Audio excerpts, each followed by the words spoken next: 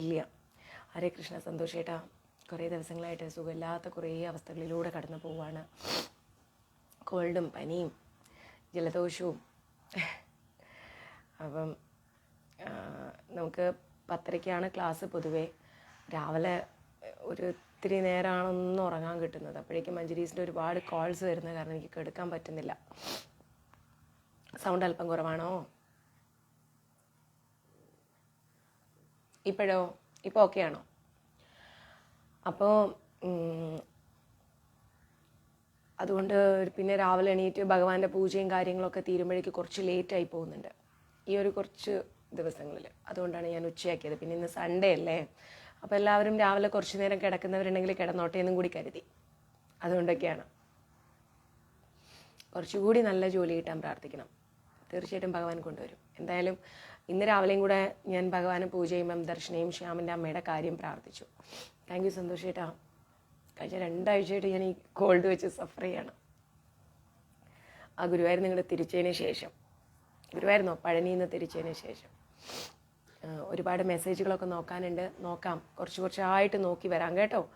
പിന്നെ നാളത്തെ കൂടി നോക്കാം. പിന്നെ ഒത്തിരി സന്തോഷം ദർശനയും ശ്യാമിൻ്റെയും അമ്മയുടെ അവരുടെ മെസ്സേജ് വന്നപ്പം. കാരണം ഒരു സ്ത്രീയെ സ്ത്രീയാക്കുന്നത് ഗർഭപാത്രമാണല്ലേ.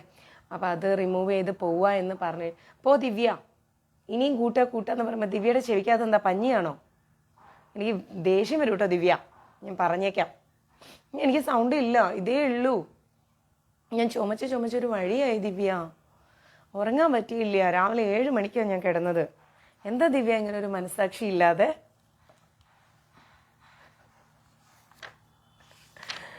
ഇത്രയൊക്കെ എനിക്ക് പറയാൻ പറ്റൂ. ഇത്രയൊക്കെ ചീത്ത പറഞ്ഞാൽ പോരെ അവളെ? ഞങ്ങൾക്ക് അമ്മയില്ല. നമ്മുടെ എല്ലാവരുടെയും അമ്മയല്ലേ ശ്രീമതി രാധാറാണി. പിന്നെ എന്തിനാ അമ്മയില്ല എന്ന് പറയുന്നത്? അമ്മയുണ്ട്. എന്തായാലും അതെടുക്കുന്നില്ല എന്ന് കേട്ടപ്പോൾ എനിക്ക് ഒരുപാട് സന്തോഷമായി. ഇന്നലെ അതുപോലെ ഒരു മാതാജി വിളിച്ചിരുന്നു.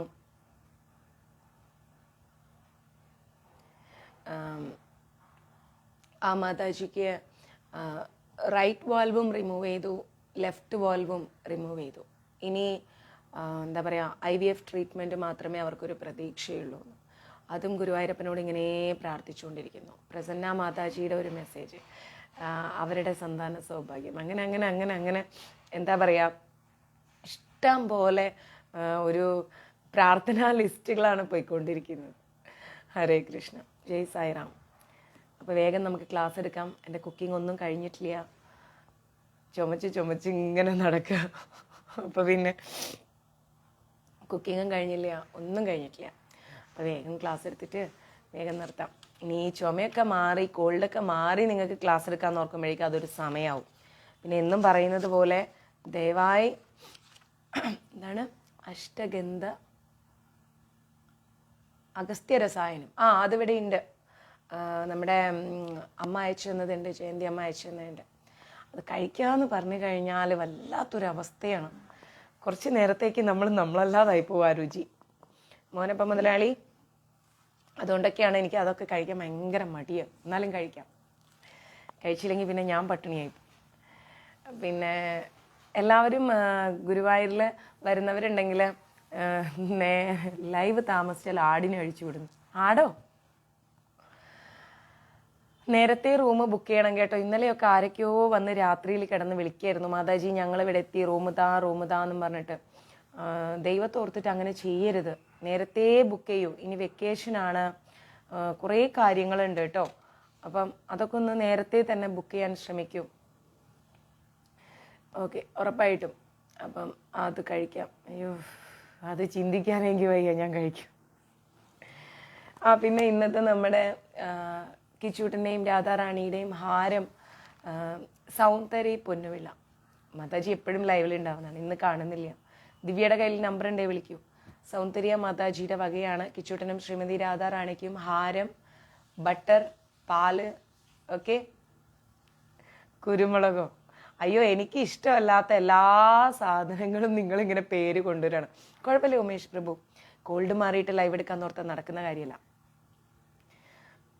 അതിൻ്റെ ഇടയ്ക്ക് ഒരാൾ രാവിലെ ഒരു മെസ്സേജ് ഇട്ടിരിക്കുന്നു, എന്താണ് മാതാജി കിടപ്പിലായോ എന്ന് ചോദിച്ചിട്ട് എനിക്കങ്ങ് വന്ന ദേഷ്യം. ഒരു മനുഷ്യൻ രാത്രി മുഴുവൻ ചുമച്ച് കിടന്ന് ഉറങ്ങാൻ പറ്റാതെ ഒന്നിങ്ങനെ രാവിലെ ഉറങ്ങിപ്പോവാണ്.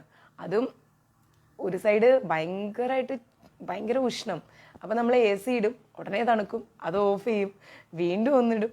അങ്ങനെ കഷ്ടപ്പെട്ട് ഉറങ്ങുമ്പോൾ ഒരാൾ ചോദിക്കണം മാതാജി കിടപ്പിലായോ എന്നാണ്. അയാളെ മാത്രം എൻ്റെ കൈ കിട്ടിയിട്ടുണ്ടെങ്കിൽ ഒരു ഹാമർ എടുത്തിട്ട് തലയ്ക്കൊരു ഒറ്റ അടിയിട്ട് കൊടുക്കും. താൻ പോടോ, ഞാൻ അങ്ങനെയൊന്നും കിടപ്പിലാവില്ലെന്ന്. അങ്ങനെയുള്ളവർക്ക് നമ്മൾ ലൈവിലൂടെ ഉത്തരം കൊടുക്കണ്ടേ? അതിനു വേണ്ടിയല്ലേ നമ്മൾ കിടന്നില്ലെന്നും പറഞ്ഞുകൊണ്ട് ലൈവ് ഇട്ടത്. അങ്ങനെ പറ്റൂലല്ലോ. അങ്ങനെയാ ചോദിക്കുക. നമുക്കൊരവസരം വരും അല്ലേ, നമ്മളെല്ലാവരും തിരിച്ച് അങ്ങോട്ടും ചോദിക്കും എന്താ കിടപ്പിലായോ എന്ന്. വേശ്യാദി വടകമോ എന്തോന്നത്? അയ്യോ എനിക്ക് വയ്യ, അങ്ങനത്തെ സാധനങ്ങളൊന്നും പറയല്ലേ. ആടലോടകം ഇഞ്ചി നീര് തേനും ചേർത്ത് കഴിക്കുക. ആടലോടകം നീണ്ട ഇലയല്ലേ, അവിടെ എവിടെ ഉണ്ടെന്ന് ആർക്കറിയാം? ചെന്നൈയിൽ തപ്പിയൊക്കെ നമുക്ക്. അതിന് പകരം വേറെ വല്ല ഇലയും കൊണ്ടെന്നായിരിക്കും കഴിക്കുന്നത്. അല്ല പിന്നെ രാവിലെ തന്നെ മെസ്സേജ് വെച്ചിരിക്കുക ഗുഡ് മോർണിംഗ് അയക്കുന്നതിനും പകരം മാതാജി കിടപ്പിലായോ എന്ന്. തമാശയ്ക്ക് അയച്ചാണ്, എൻ്റെ ഫ്രണ്ട് തന്നെയാണ്, വേറെ ആരുമല്ല. അപ്പം അതിനുള്ള ആൻസർ നമ്മൾ കൊടുക്കണ്ടേ? അത് ഞാൻ നിങ്ങൾക്ക് വിട്ടിരിക്കുന്നു, നിങ്ങൾ കൊടുത്തോളൂ. നിങ്ങളുടെ മാതാജി കിടപ്പിലായോ അല്ലേ എന്നുള്ളത് ഞാൻ കൊടുക്കുന്നില്ല ആൻസർ. നിങ്ങൾ തന്നെ ലൈവിലൂടെ കൊടുത്തോളൂ കേട്ടോ. അതാണ് കിച്ചൂട്ടിന് ആരാ മോൻ, നീ വയ്യാന്നും പറഞ്ഞിട്ട് കട്ടിലും കയറി കിടക്കൂ, അല്ലെങ്കിൽ നീ ക്ലാസ് എടുക്കൂ, ഞാൻ നോക്കട്ടെ. എന്താണ് കിച്ചൂട്ടിൻ്റെ പരിപാടി? അപ്പോൾ നമുക്ക് ഭഗവത്ഗീത യഥാരൂപത്തിലൂടെ നമ്മുടെ 4-ാമത്തെ അധ്യായം അതീന്ദ്രിയ ജ്ഞാനം നമുക്ക് വേണമല്ലേ? അതീന്ദ്രിയ ജ്ഞാനം കിട്ടാൻ നമ്മളെല്ലാവരും ആഗ്രഹിക്കുന്നുണ്ട്. അയ്യോ വേണ്ട, ആ നമ്പർ തരൂ മോളെ നിന്ന്. അമ്മ ചീത്ത വിളിക്കാനാ? ചുവന്നുള്ളി കൽക്കണ്ടം മിക്സ് ചെയ്ത് കഴിക്കും. നെവർ എവർ തൊടില്ല ഞാൻ ഉള്ളി. പനിക്കൂർക്ക നീര് കഴിക്കൂ, മാറും. പനിക്കൂർക്ക അതൊക്കെ, അത് അപ്പുറത്തെ വീട്ടിലുണ്ട്, നമുക്ക് മോഷ്ടിച്ചുകൊണ്ട് വരാം. തീർച്ചയായിട്ടും എല്ലാവരും എന്നോടുള്ള ഇഷ്ടം കൊണ്ടാണ് സജസ്റ്റ് ചെയ്യുന്നത്. അപ്പം ഞാൻ എന്ത് ചെയ്യും? ഇതെല്ലാം പരീക്ഷിക്കും. അങ്ങനെ പറ്റില്ലല്ലോ. ഈ കമൻസിൽ നിന്ന് ഇതെല്ലാം ക്ലാസ് കഴിഞ്ഞതിന് ശേഷം എഴുതിയെടുത്ത് ഇതെല്ലാം പരീക്ഷിക്കും. എന്നിട്ട് നോക്കട്ടെ ഏതാണ് എളുപ്പം റിസൾട്ട് കിട്ടുന്നതെന്ന്. അപ്പം അതീന്ദ്രിയ ജ്ഞാനമാണ് നമ്മൾ എടുക്കാൻ പോകുന്നത്. അതീന്ദ്രിയ ജ്ഞാനം എന്ന് പറഞ്ഞു കഴിഞ്ഞാൽ നമ്മളിപ്പം ചിലപ്പോഴൊക്കെ നമ്മൾ ചിന്തിക്കാറുണ്ട്, എങ്ങനെയാണ് നമുക്കിതെല്ലാം പറയാൻ സാധിക്കുന്നത്, എങ്ങനെയാണ് ഇതൊക്കെ നമുക്കിങ്ങനെ അപ്പം കിട്ടുന്നത് എന്താണെന്ന് വെച്ച് കഴിഞ്ഞാൽ, ഇപ്പോൾ എൻ്റെ ഒരു പേഴ്സണൽ ഒരു കാര്യം പറയാം. നീ പോ സുധി, അവനിപ്പോൾ എന്താവും എന്തോന്നറിയാൻ വന്നിരിക്കുക. എന്തേലും ആയതുകൊണ്ടേ ഞാനങ്ങ് മലപ്പുറത്തേക്ക് വരാം കേട്ടോ. അപ്പോൾ നമ്മൾ ചില സമയത്ത് ഞാനിങ്ങനെ ചിന്തിക്കാറുണ്ട്, നമ്മൾ ഇരുന്ന് വായിച്ചു പഠിക്കുന്ന സമയത്ത്, അപ്പം ചില സമയത്ത് നമുക്ക് അങ്ങോട്ട് വായിച്ച് പഠിച്ചാലും മനസ്സിലാവില്ല. ചില സമയത്ത് ഞാൻ വിചാരിക്കും ബോറടിക്കുന്നത്, വായിച്ചിട്ട് ഒന്നും തലയിൽ കയറുന്നില്ലല്ലോ കിച്ചൂട്ടാ എന്ന് പറഞ്ഞിട്ട് ഞാൻ ചില ഗ്രന്ഥങ്ങൾ അങ്ങോട്ട് മാറ്റി വെക്കും. പക്ഷെ ആ ഗ്രന്ഥങ്ങൾ ക്ലാസ് എടുക്കാൻ വരുന്ന സമയത്ത് ഞാൻ പോലും അറിയാതെ അങ്ങോട്ട് പറഞ്ഞു പോകും. അതെപ്പോഴും ഞാൻ ഭഗവാന്റെ ഒരു എന്താ പറയുക, ഒരു സ്പെഷ്യൽ ബ്ലെസ്സിങ് ആയിട്ടാണ് ഞാൻ കാണുന്നത്. അത് എനിക്ക് കിട്ടുന്ന ബ്ലെസ്സിങ് അല്ല, നിങ്ങൾക്ക് കിട്ടുന്നതാണ്. കാരണം ഞാനിവിടെ വന്ന് പറയുന്നുണ്ട്, ഓക്കെ, അത് കേൾക്കാൻ നിങ്ങൾ എല്ലാവരും ക്ലാസ്സിൽ വന്നിരിക്കുന്നുണ്ട് അല്ലേ? അതെന്തുകൊണ്ടാണ്? നിങ്ങൾക്ക് ഞാൻ പറയുന്ന കാര്യങ്ങൾ മനസ്സിലാവുന്നത് കൊണ്ടാണ്. അപ്പോൾ ഇവിടെ ആരാണ് പ്രവർത്തിക്കുന്നത്? ഞാനാണോ ഭഗവാനാണോ? ഭഗവാനാണ് പ്രവർത്തിക്കുന്നത്. അദ്ദേഹം എന്താ ചെയ്യുന്നത്? അദ്ദേഹത്തിൻ്റെ ഗീത, അദ്ദേഹം പറഞ്ഞ ഗീതോപദേശം അത് എൻ്റെ പ്രിയപ്പെട്ടവർക്ക് മനസ്സിലാവണം. അതിന് നീ ഒരു ഉപാധി, ഒരു ഇൻസ്ട്രുമെന്റ്, അത്രയാണ് ഭഗവാൻ എന്നെ യൂസ് ചെയ്യുന്നത്. റൈറ്റ്? അപ്പം അദ്ദേഹം എന്നെ യൂസ് ചെയ്തുകൊണ്ടിരിക്കുകയാണ് നിങ്ങൾക്ക് കാര്യങ്ങൾ മനസ്സിലാക്കാൻ. അപ്പോൾ ആരാണ് ഭഗവാൻ ഇമ്പോർട്ടൻറ്റ്? നിങ്ങളാണ് ഇമ്പോർട്ടൻറ്റ്. ക്ലിയർ? ഞാനല്ല ഇമ്പോർട്ടൻറ്റ്, നിങ്ങളാണ് ഇമ്പോർട്ടൻറ്റ്. ഇപ്പോൾ എൻ്റെ കുഞ്ഞിന് ഞാൻ ഭക്ഷണം കൊടുക്കുമ്പോൾ എൻ്റെ കുഞ്ഞിൻ്റെ ശരീരം നന്നാവണം എന്നുള്ള അങ്ങനെ ഒരു തോട്ട് കൊണ്ടാണ് ഞാൻ അവന് ഫീഡ് ചെയ്യുന്നത് അല്ലേ? അല്ലാതെ അയ്യോ അതെൻ്റെ കടമയാണ് എന്നോർത്തിട്ട് ഞാൻ ചെയ്യാറില്ല. അവൻ പെർഫെക്റ്റ് ആയിരിക്കണം, അവൻ നന്നായിരിക്കണം. അതേപോലെ ഭഗവാൻ ചിന്തിക്കുന്നു, ഭഗവാന് പ്രിയപ്പെട്ടവരായിരിക്കുന്ന നിങ്ങൾ കാര്യങ്ങൾ എളുപ്പം മനസ്സിലാക്കണം, നിങ്ങൾക്കെല്ലാം റിയലൈസ് ചെയ്യാൻ പറ്റണം. അതിന് ഭഗവാൻ എന്നിലൂടെ പ്രവർത്തിക്കുന്നു. അതിന് ഭഗവാൻ ഉപയോഗിക്കുന്ന ഒരു ഉപകരണം മാത്രമാണ് ഞാൻ. ഇവിടെ ഞാൻ ഇമ്പോർട്ടൻ്റ് അല്ല. മനസ്സിലാവുന്നില്ലേ? അപ്പോൾ നമ്മൾ മനസ്സിലാക്കേണ്ട വലിയൊരു തത്വമാണത്. ക്ലിയർ? അങ്ങനെ നമ്മൾക്ക് പറയാൻ പറ്റുന്ന, ഇവിടെ ഉണ്ട് ബിന്ദുമ്മ, അപ്പം നമ്മൾക്ക് പറയാൻ പറ്റുന്ന കാര്യങ്ങൾ ഞാൻ എപ്പോഴും ആലോചിക്കാറുണ്ട്. ഭഗവാനെ, ഞാൻ എന്താണ് ചെയ്യേണ്ടത്? എങ്ങനെയാണ് ഞാനിത് പറഞ്ഞ് ഫലിപ്പിക്കുക? നിങ്ങൾ പറഞ്ഞാൽ വിശ്വസിക്കുമോ എന്നറിയില്ല. നിങ്ങൾക്ക് ക്ലാസ് എടുക്കുന്നതിനേക്കാളും മുൻപേ ഗീത തൊട്ട് ഞാൻ പറയുന്നു. ഞാൻ വായിക്കാറുമില്ല, പഠിക്കാറുമില്ല. സീരിയസ്ലി ഞാൻ വായിക്കാറുമില്ല, പഠിക്കാറുമില്ല. ഈ 3 അധ്യായങ്ങളും ഞാൻ വായിച്ചിട്ടുമില്ല, പഠിച്ചിട്ടുമില്ല. പണ്ട് വായിച്ചു പോയി എന്നല്ലാതെ വായിച്ചിട്ടുമില്ല, പഠിച്ചിട്ടുമില്ല, സീരിയസ്ലി. പക്ഷേ ഭഗവാൻ പറയിപ്പിക്കുന്നു. ഓരോ അർത്ഥങ്ങളും അറ്റ് ദ ടൈം ഭഗവാൻ പറഞ്ഞു തരുന്നോ അല്ലെങ്കിൽ ഞാൻ പറയുന്നതെന്ന് എനിക്ക് അറിഞ്ഞുകൂടാ അതിൻ്റെ സീക്രട്സ് എന്താണെന്നുള്ളത്. അങ്ങനെ നമ്മൾക്ക് ഭഗവാനിൽ നിന്ന് ഒരു അറിവ് അത് ലഭിക്കാനാണ് നമ്മൾ ഭഗവാനുമായിട്ട് അടുക്കുന്നത്. ആ അറിവിലൂടെയാണ് നമ്മുടെ ജീവിതം മുന്നോട്ട് പോകുന്നത്, അല്ലേ? ഇതിൻ്റെ എല്ലാം അപ്പുറത്ത് അദ്ദേഹവുമായിട്ട് കണക്റ്റായി കഴിയുമ്പോൾ നമ്മൾക്ക് കിട്ടുന്ന ഒരു ഫീലിംഗ് ഉണ്ട്. ഭയങ്കര സ്മൂത്തായിരിക്കുന്ന ഒരവസ്ഥ. ആ അവസ്ഥ ആണ് അതീന്ദ്രിയ ജ്ഞാനം എന്ന് പറയുന്നത്. എന്താണെങ്കിലും ആര് വേണമെങ്കിലും പറഞ്ഞോട്ടെ, നമ്മൾക്കിപ്പോൾ എന്ത് ചെയ്യാൻ പറ്റും? നമുക്കൊന്നും ചെയ്യാൻ പറ്റില്ല. ഇന്ന് രാവിലെ എനിക്ക് അഡ്മിൻസിൻ്റെ ഗ്രൂപ്പിൽ നിന്നൊരു മെസ്സേജ് കിട്ടി. മാതാജി ഇങ്ങനെ ഒരു കമൻറ്റ് ഇന്നലത്തെ ലൈവിൽ, എന്താണ്, ഞാൻ നിങ്ങളെ കല്യാണം കഴിച്ചോട്ടെ, പൊന്ന് പോലെ നോക്കാമെന്ന്. കിട്ടിയ പാടെ ഞാനതെൻ്റെ വളരെ ക്ലോസ് ആയിട്ടുള്ള 1-2 പേർക്ക് ഇട്ടുകൊടുത്തു. അവരത് ചോദിക്കും ചെയ്യുന്നും പറഞ്ഞു. അപ്പോൾ സുധി ഉറങ്ങി എണീറ്റിട്ടുണ്ടോയെന്ന് എനിക്കറിയില്ല. സുധിക്കും പോയി ഒരെണ്ണം ഇപ്പം ശരിയാക്കി തരാമെന്ന് പറഞ്ഞിട്ടൊരു മെസ്സേജ്. ഞാൻ പൊതുവേ അങ്ങനെയുള്ളതൊക്കെ കാണുന്ന സമയത്ത് ഞാൻ നേരെ കയറി അവരെ അങ്ങ് ബ്ലോക്ക് ചെയ്യും. കാരണം അൺവാണ്ടഡ് കമൻറ്റ്സ് നമ്മൾ എൻ്റർടൈൻ ചെയ്യേണ്ട, മറുപടി കൊടുക്കേണ്ട. അപ്പം ഞാൻ എന്ത് ചെയ്തു എന്ന് ഓർത്ത് കഴിഞ്ഞാൽ, ഇന്ന് അദ്ദേഹത്തെ ബ്ലോക്ക് ചെയ്യാൻ എനിക്ക് തോന്നിയില്ല. ഞാൻ നേരെ എന്ത് ചെയ്തു, അദ്ദേഹത്തിൻ്റെ പേജിൽ കയറി നമ്പർ എടുത്തു, ഞാൻ വിളിച്ചു. അപ്പോൾ ഫോൺ വിളിച്ചപ്പോൾ അദ്ദേഹം ഹലോ, ഞാൻ പറഞ്ഞു ഹലോ, ഞാൻ മഞ്ചേരീസിൽ നിന്നാണ് വിളിക്കുന്നത്. എന്താണ്? ഞാൻ പറഞ്ഞു നിങ്ങൾ സോമശേഖരൻ നായരാണോ? അതെ. ഞാൻ പറഞ്ഞു നിങ്ങൾ എന്തിൻ്റെ അടിസ്ഥാനത്തിൽ ഇങ്ങനെ ഒരു കമൻറ്റ് ഇടും? അയ്യോ വിഷമമായിട്ടുണ്ടെങ്കിൽ സോറി. ഞാൻ പറഞ്ഞു വിഷമമല്ല, എൻ്റെ ഭർത്താവാണ് എനിക്കത് ഇട്ട് തന്നിരിക്കുന്നത്, എൻ്റെ മകനാണത് കണ്ടിരിക്കുന്നത്. എന്ത് മര്യാദയില്ലായ്മയാണ് നിങ്ങൾ ചെയ്തത്? ഞാൻ ഒറ്റയ്ക്കാണത്. ഞാൻ പറഞ്ഞു ഒറ്റയ്ക്കാന്ന് കരുതി നിങ്ങൾ എല്ലാ സ്ത്രീകളോടും ഇങ്ങനെ കല്യാണം കഴിക്കോ ഞാൻ പൊന്നു പോലെ നോക്കാന്നാണോ പറയുന്നതെന്ന് ചോദിച്ചു. നിങ്ങളുടെ ഭാര്യ എവിടെ? മരിച്ചുപോയി, 10 വർഷമായി.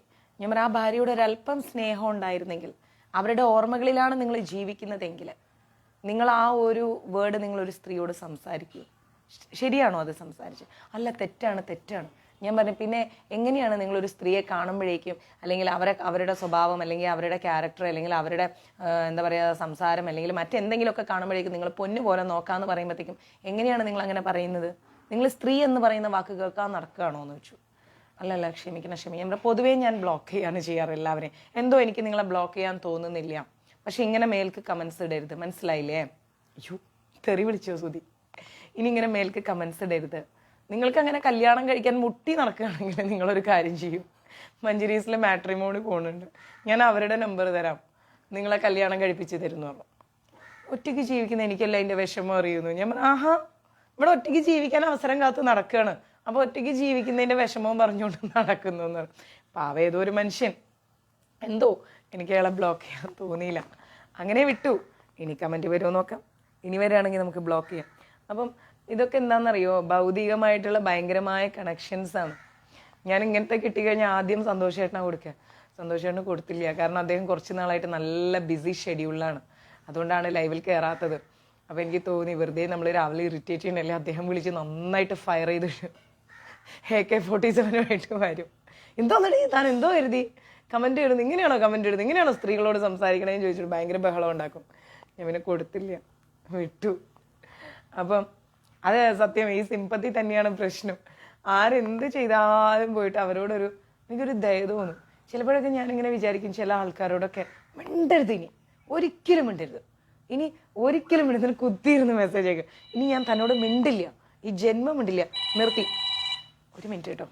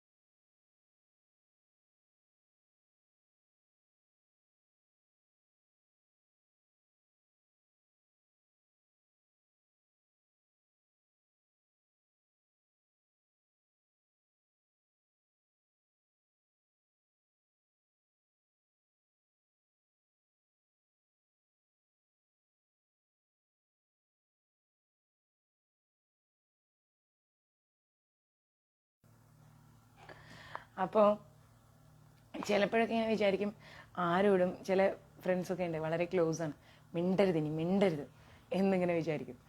അപ്പോൾ കുറച്ച് ഒരു മണിക്കൂർ കഴിയുമായിരിക്കും, ഷോ പാവം എന്തിനാണ് നമ്മൾ മിണ്ടാതിരിക്കണേ എന്ന് കരുതിയിട്ട് ചാടിക്കേറി മിണ്ടും.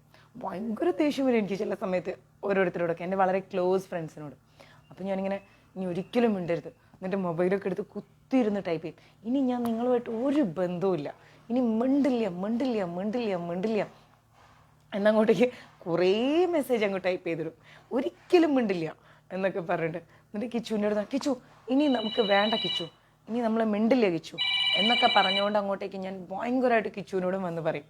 ഒരു 10 മിനിറ്റ് കഴിയുമ്പോഴത്തേക്കും, നീ എവിടെയാ, ചോറുണ്ടോ, കഴിച്ചോ, അല്ലെങ്കിൽ പോട്ടെ സാരമില്ല, ഇല്ലെങ്കിൽ അപ്പുറത്തെ ഭാഗത്തുനിന്ന് ചക്കരെ ഒരു ഉമ്മ എന്നും പറഞ്ഞിട്ട് ഇങ്ങനെ നമ്മൾ ഇമോജീസ് അയക്കില്ലേ, അങ്ങനെയൊക്കെ കിട്ടിയാൽ മതി. ഇതിപ്പോൾ നേരത്തെ ഇങ്ങോട്ട് തന്നാൽ പോരെ, ഞാൻ നന്നാവില്ലേ എന്നും പറഞ്ഞിട്ട്.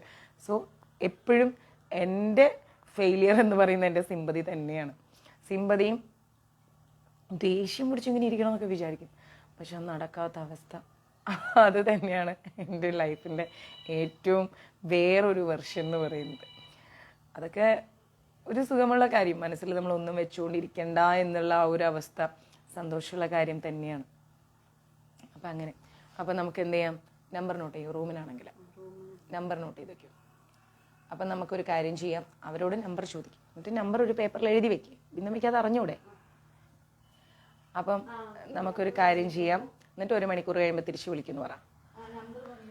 നമുക്ക് അധ്യായം 4 അതീന്ദ്രിയ ജ്ഞാനം എന്ന് പറയുന്ന ചാപ്റ്ററിലേക്ക് പോവാം. ഈ ചാപ്റ്റർ ഞാൻ വായിച്ചിട്ടില്ല, ഒന്നും ചെയ്തിട്ടില്ല, സ്റ്റഡി ചെയ്തിട്ടില്ല, ഒന്നും ചെയ്തിട്ടില്ല. പക്ഷെ നമുക്ക് എന്ത് ചെയ്യാം, പുറത്തേക്ക് പോകും പിന്നുമേ. അപ്പം നമുക്ക് എന്ത് ചെയ്യാം, അതിലേക്ക് പോവാം. ഓക്കെ, ഹരേ കൃഷ്ണ. അതെ, കുറച്ച് ഉത്തരവാദിത്തങ്ങൾ അങ്ങനെ കൊടുത്തേ പറ്റൂ, കാരണം ഉണ്ടാക്കി വെക്കുന്ന പ്രശ്നങ്ങൾ അങ്ങനെയാണ്. മതജി മെസ്സേജ് ഇടും മഞ്ജരീസിലേക്ക്, ഞാൻ നോക്കാം, ഫെബ്രുവരി 8 മുന്നേ. ശ്രീ ഭഗവാൻ വാച. ഭഗവാൻ വാച എന്ന് പറഞ്ഞാൽ എന്താണ്? ഭഗവാൻ പറയുന്നു, ഇമം വിവസ്വതേ യോഗം പ്രോക്താവാനഹമവ്യയം വിവസ്വാൻ മനവേ പ്രാഹ മനു രിക്ഷാഖവേ ബ്രവീത്. എന്തോ ഒരു സംസ്കൃതം, നമുക്ക് എന്താണെന്നറിയില്ല. ശ്രീ ഭഗവാൻ വാച എന്ന് പറഞ്ഞു കഴിഞ്ഞാൽ ഭഗവാൻ പറഞ്ഞു. എന്തിനാണ് സാൻസ്ക്രിറ്റിൻ്റെ മലയാളം പറഞ്ഞിരുന്നതെന്ന് ഓർത്ത് കഴിഞ്ഞാൽ ചിലതൊക്കെ എവിടെയെങ്കിലുമൊക്കെ വായിച്ചാൽ നമുക്കൊന്ന് ജസ്റ്റ് മനസ്സിലാവാൻ വേണ്ടിയാണ്. ശ്രീ ഭഗവാൻ വാച എന്ന് പറഞ്ഞാൽ ഭഗവാൻ പറഞ്ഞു, പറയുന്നു എന്നല്ല, പറഞ്ഞു. അഹം, അഹം എന്ന് പറഞ്ഞാൽ ഞാൻ, എൻ്റെ, ഞാൻ എന്ന് പറയുന്ന അർത്ഥം. അവ്യയം, അവ്യയം എന്ന് പറഞ്ഞാൽ ശാശ്വതമായിരിക്കുന്ന, എന്നെന്നും നിലനിൽക്കുന്ന. അതാണ് സംസ്കൃതത്തിൽ അവ്യയം എന്ന് പറഞ്ഞു കഴിഞ്ഞാൽ എന്നെന്നും നിലനിൽക്കുന്നത്, ശാശ്വതമായത്. ഇമം യോഗം, ഇമം യോഗം എന്ന് പറഞ്ഞാൽ ഈ യോഗത്തെ അല്ലെങ്കിൽ ശാസ്ത്രത്തെ, നമ്മൾ പഠിക്കുന്ന ഈ പങ്ക്തിയെ അല്ലെങ്കിൽ ശാസ്ത്രത്തെ. ഓക്കെ, വിവസ്വതേ, വിവസ്വാന്, വിവസ്വാൻ എന്ന് പറഞ്ഞാൽ സൂര്യദേവൻ. ഓക്കെ, വിവസ്വാൻ മനമേ, മനമേ എന്ന് പറഞ്ഞു കഴിഞ്ഞാൽ മനുഷ്യകുലപിതാവായ മനുവിന്. ഓക്കെ, മനുഷ്യന്റെ കുലത്തിന്റെ പിതാവായിരിക്കുന്നത് ആരാണ്? മനു. ആ മനുവിന് എന്നാണ് അർത്ഥം. പിന്നെ പ്രാഹ, പ്രാഹ എന്ന് പറഞ്ഞാൽ പറഞ്ഞു കൊടുത്തു, പറഞ്ഞു എന്നൊക്കെയാണ് അർത്ഥം. ഓക്കെ, മനു ഇക്ഷാഖവേ, ഇക്ഷാഖവേ എന്നറിയാം, ഇക്ഷാഗു വംശത്തെക്കുറിച്ച് നമ്മൾ പഠിച്ചിട്ടുണ്ട് അല്ലെ, കേട്ടിട്ടുണ്ട്. മനു ഇക്ഷാഖവേ, ആ കുലത്തെക്കുറിച്ചാണ് സംസാരിക്കുന്നത്. അബ്രവീത്, അബ്രവീത് എന്ന് പറഞ്ഞു കഴിഞ്ഞാൽ പറഞ്ഞു അല്ലെങ്കിൽ ഉപദേശിച്ചു കൊടുത്തു. അതാണ് അതിൻ്റെ സിംഗിൾ അർത്ഥങ്ങൾ. ഓക്കെ, അപ്പം പറഞ്ഞു കൊടുത്തു, ഉപദേശിച്ചു കൊടുത്തു, അതാണ് അബ്രവീത് എന്ന് പറയുന്നതിൻ്റെ അർത്ഥം. അപ്പം എന്താ ഇവിടെ പറയുന്നത്? ഇമം വിവസ്വതേ യോഗം പ്രോക്താവാനഹമവ്യയം വിവസ്വാൻ മനവേ പ്രാഹ മനുരക്ഷിതാകവേ ബ്രവീത്. ഓക്കെ, ഭഗവാൻ കൃഷ്ണൻ പറയാണ്, എന്താ പറയുന്നത്? സനാതനമായിരിക്കുന്ന ഈ യോഗത്തെ ഞാൻ സൂര്യദേവനായിരിക്കുന്ന വിവസ്വാന് ഉപദേശിച്ചു കൊടുത്തു. അവിടെ വയ്ക്കൂ. സൂര്യദേവനാണ് ഭഗവാൻ ആദ്യം ഈ യോഗത്തെ, ഈ പങ്ക്തിയെ, ഈ ഗീത ഉപദേശത്തെ ആദ്യമായിട്ട് ഉപദേശിച്ചു കൊടുക്കുന്നത്. എപ്പോൾ? 5000 വർഷങ്ങൾക്ക് മുൻപ്. 5000 എന്ന് പറയുന്നത് നമ്മളുടെ കണക്കുകൂട്ടലുകൾ മാത്രമാണ്. എപ്പോഴും എല്ലാ വർഷവും നോക്കിക്കഴിഞ്ഞാൽ 5000 വർഷം മുമ്പേ, 5000 വർഷം മുമ്പേ എന്ന് പറയും. 5001 എന്ന് പറയുന്ന ഒരു വർഷം വരുന്നില്ല. അപ്പം 5000 വർഷങ്ങൾക്കും അപ്പുറമാണ് ഇതെല്ലാം സംഭവിച്ചിരിക്കുന്നത്. ഒരു അപ്രോക്സിമേറ്റ്ലി കണക്ക് മാത്രമാണ് ഈ 5000 എന്ന് പറയുന്നത്. ഓക്കെ. വിവസ്വാൻ മനുഷ്യവംശ പിതാവായിരിക്കുന്ന മനുവിനും, മനുഷ്യവംശത്തിന്റെ പിതാവായിരിക്കുന്നത് ആരാണ്? മനുവാണ്. മനു, ഇക്ഷാകു, അങ്ങനെ അങ്ങനെ അങ്ങനെ അങ്ങനെ വരും അല്ലെ. ഇക്ഷാകു വംശത്തില് സൂര്യദേവൻ, മനു, ഇതൊക്കെ നമ്മളിങ്ങനെ കേട്ട് കേൾവിയുണ്ട്. പക്ഷെ ഒന്നും ഡീപ്പായിട്ട് നമുക്ക് അറിഞ്ഞൂടാ. അത് നമുക്ക് വംശപരമ്പര പഠിക്കുമ്പോൾ പഠിക്കാൻ പറ്റും. ഓക്കെ. അല്ലെങ്കിൽ വേദിക് കോസ്മോളജിയിൽ പഠിപ്പിച്ചു തരാം. അപ്പൊ മനുവിനും ഇക്ഷാകുവിനും ആര് ഉപദേശിച്ചിട്ടുണ്ട്? ഭഗവാൻ ഉപദേശിച്ചിട്ടുണ്ട്. അപ്പൊ എത്രയോ വർഷങ്ങൾ, കോടാനുകോടി വർഷങ്ങൾ, 5000 എന്നൊന്നും പറയാൻ പറ്റില്ല. എന്നിട്ടും ഈ ഭഗവത്ഗീത എന്തായി? പാതിയിൽ വെച്ച് സ്റ്റോപ്പായി പോയി. അപ്പൊ ഭഗവാൻ ആ ഭഗവത്ഗീത പാതിയിൽ വെച്ച് സ്റ്റോപ്പായത് വീണ്ടും തുടരണം എന്ന് ആഗ്രഹിച്ചിട്ടാണ് കുരുക്ഷേത്ര യുദ്ധഭൂമിയിൽ വെച്ചിട്ട് ആർക്കുപദേശിക്കുന്നത്? അർജുനൻ ഉപദേശിക്കുന്നത്. എന്നിട്ട് അർജുനൻ അത് എന്ത് ചെയ്യുന്നു? ഇങ്ങനെ പരമ്പരകൾ തോറും ഇങ്ങനെ ഇങ്ങനെ ഇങ്ങനെ ഇങ്ങനെ ഉപദേശിച്ചു പോവുകയാണ്. അങ്ങനെ അങ്ങനെ അങ്ങനെ അങ്ങനെ നമ്മുടെ എന്താ പറയുക, ഇസ്കോൺ വഴി നമുക്ക് ലഭിക്കുകയാണ്. പിന്നെ ഇപ്പം നമ്മളത് എത്രത്തോളം മുന്നോട്ട് കൊണ്ടുപോകുന്നു എന്നുള്ളത് നമുക്കറിഞ്ഞൂടാ. ക്ലിയർ? നമ്മളത് മുന്നോട്ട് കൊണ്ടുപോകണം. അതിനാണ് ഇങ്ങനെ ഓരോ വേർഡിൻ്റെ മീനിങ് വെച്ച് ഇങ്ങനെ ഇങ്ങനെ ഇങ്ങനെ ഇങ്ങനെ ഈ ശബ്ദമില്ലാത്തെടുത്ത് പറഞ്ഞുകൊണ്ടിരിക്കുന്നത്. ആ സമയത്താണ് ഒരാൾ ചോദിക്കുന്നത് മാതാജി കിടപ്പിലായോ എന്നാണ്. അപ്പോൾ ആ മാതാജി കിടപ്പിലായോ എന്നുള്ളതിനുള്ള ആൻസർ നിങ്ങൾ തന്നെ കൊടുക്കണം. ഞാൻ കൊടുക്കില്ല. അതിൻ്റെ ആൻസർ നിങ്ങളെയാണ് ഞാൻ കൊടുക്കാൻ ചുമതലപ്പെടുത്തിയിരിക്കുന്നത്. കൊടുക്കുമോ ഇല്ലയോ? കമൻ്റ് ഇട്ടോളൂ. ലൈവിലുണ്ട് ചോദിച്ച ആൾ. അപ്പം ഭാവാർത്ഥം എന്താണ്? സൂര്യഗ്രഹം മുതൽ, അല്ലെങ്കിൽ സൂര്യൻ്റെ ആ ഒരു ഗ്രഹം മുതൽ, സൂര്യൻ ഉണ്ടായത് മുതൽ എല്ലാ ഗ്രഹങ്ങളെയും ഭരിച്ചു വരുന്ന രാജവംശജർക്കായി ഭഗവത്ഗീത ഉപദേശിക്കപ്പെട്ടു അല്ലെ. എല്ലാവർക്കുമായിട്ടാണ് ഗീത ഉപദേശിക്കപ്പെട്ടത്. കൊടുക്കുന്നു ശ്രീകുട്ടി മാതാജി. ഞാൻ കിടപ്പിലായി കാണാൻ എന്താ ആഗ്രഹം അല്ലേ. എൻ്റെ ഫ്രണ്ടാണത്, ക്ലോസ് ഫ്രണ്ട്. അവളങ്ങനെ ചോദിക്കാൻ പാടുണ്ടോ? എന്നിട്ട് അവൾ എന്നോട് ഇപ്പം പറയാണ് വിളിച്ചിട്ട്, നോക്കട്ടെ ആരൊക്കെ നിനക്ക് അതിനുള്ള മറുപടി തരുമെന്ന്. ഞാൻ പറയും ലൈവിൽ കയറി ഇരിപ്പുണ്ട്. അങ്ങനെ നമ്മളെ കെടുത്താൻ നോക്കണ്ട. അല്ല പിന്നെ. അപ്പം എല്ലാ രാജവംശജർക്കുമായിട്ടാണ് ഗീത ഉപദേശിച്ചു കൊടുക്കുന്നത്. മനസ്സിലായില്ലേ? എന്നിട്ട് ആരെങ്കിലും പഠിക്കുന്നുണ്ടോ? അടി കിട്ടുമെന്ന് പറയൂ. കേട്ടല്ലോ? അപ്പം ഞാനും ഇങ്ങനെയൊക്കെ ആക്കി 2 കൊടുക്കാനുള്ള ഭാവത്തിലിരിക്കുക. പക്ഷെ നമ്മളിപ്പോൾ അവരെ കണ്ടു കഴിഞ്ഞാൽ നമ്മൾ തിരിഞ്ഞോടും അല്ലേ. കുറച്ച് ദിവ്യ വേണ്ടേ? അയ്യോ ദിവ്യ അല്ല, നാരായണ പാവം, അതിൻ്റെ തലയിൽ കൊണ്ടിട്ട് അമ്മ ദിവ്യ അല്ല.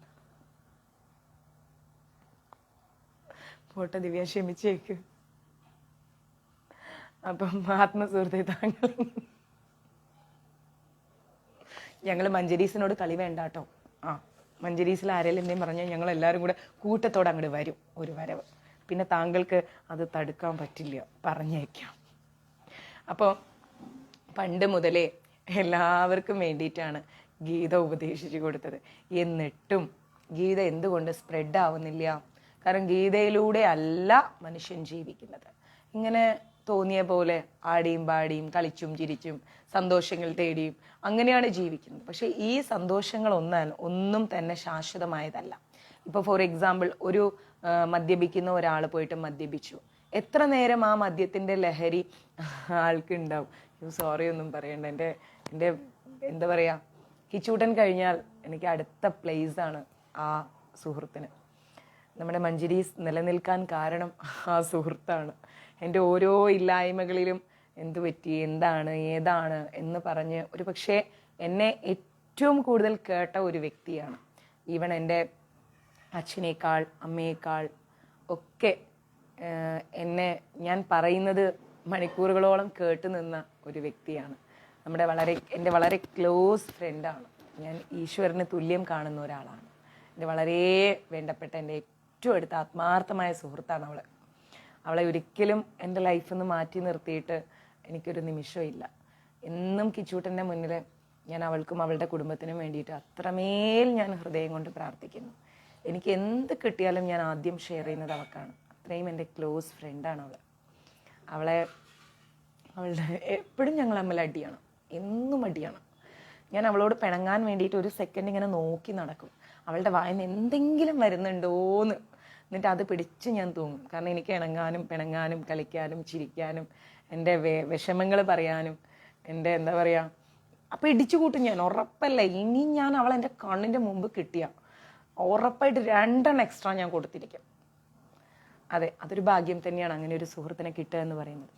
എൻ്റെ അടുത്തുനിന്ന് ഒന്നും പ്രതീക്ഷിക്കാത്ത, ഒരു 1% പോലും ഒന്നും ഇന്ന് വരെ പ്രതീക്ഷിക്കാതെ എനിക്ക് എല്ലാ അർത്ഥത്തിലും എന്നെ സപ്പോർട്ട് ചെയ്ത, എൻ്റെ ഓരോ തോൽവികളിലും, എൻ്റെ ഓരോ കാലടികൾ പതറിപ്പോകുമ്പോഴും, ഈവൻ മഞ്ജരീസുമായിട്ട് ഞാൻ യാത്ര പോയപ്പോഴും പതറിപ്പോയപ്പോഴും, അമ്മു നീ എഴുന്നേൽക്ക്, നിന്നെ കൊണ്ടേ പറ്റൂ, ഇതൊക്കെ ജീവിതത്തിൽ ഉണ്ടാവടേ, പോടറേ വിടറേ, നീ പോ, നീ നിന്നെ ആര് തളർത്തിന്ന് നോക്കരുത്, നീ മുന്നോട്ട് പോണം എന്ന് പറഞ്ഞ എന്നെ ഇത്രത്തോളം ബോൾഡാക്കിയ ഒരു വ്യക്തിയാണ് ഞാൻ. നിങ്ങൾക്ക് ഇത്രയും ക്ലാസ്സുകൾ ഇത്രയും പോസിറ്റീവായിട്ട് എടുത്തു തരുന്നുണ്ടെങ്കിൽ അതിൻ്റെ പിന്നിൽ അവളാണ്. ഓക്കെ, ഇപ്പം അമ്മൂസിന് അടി തരണം, ഇപ്പം ആദ്യം പ്രതിയായല്ലേ.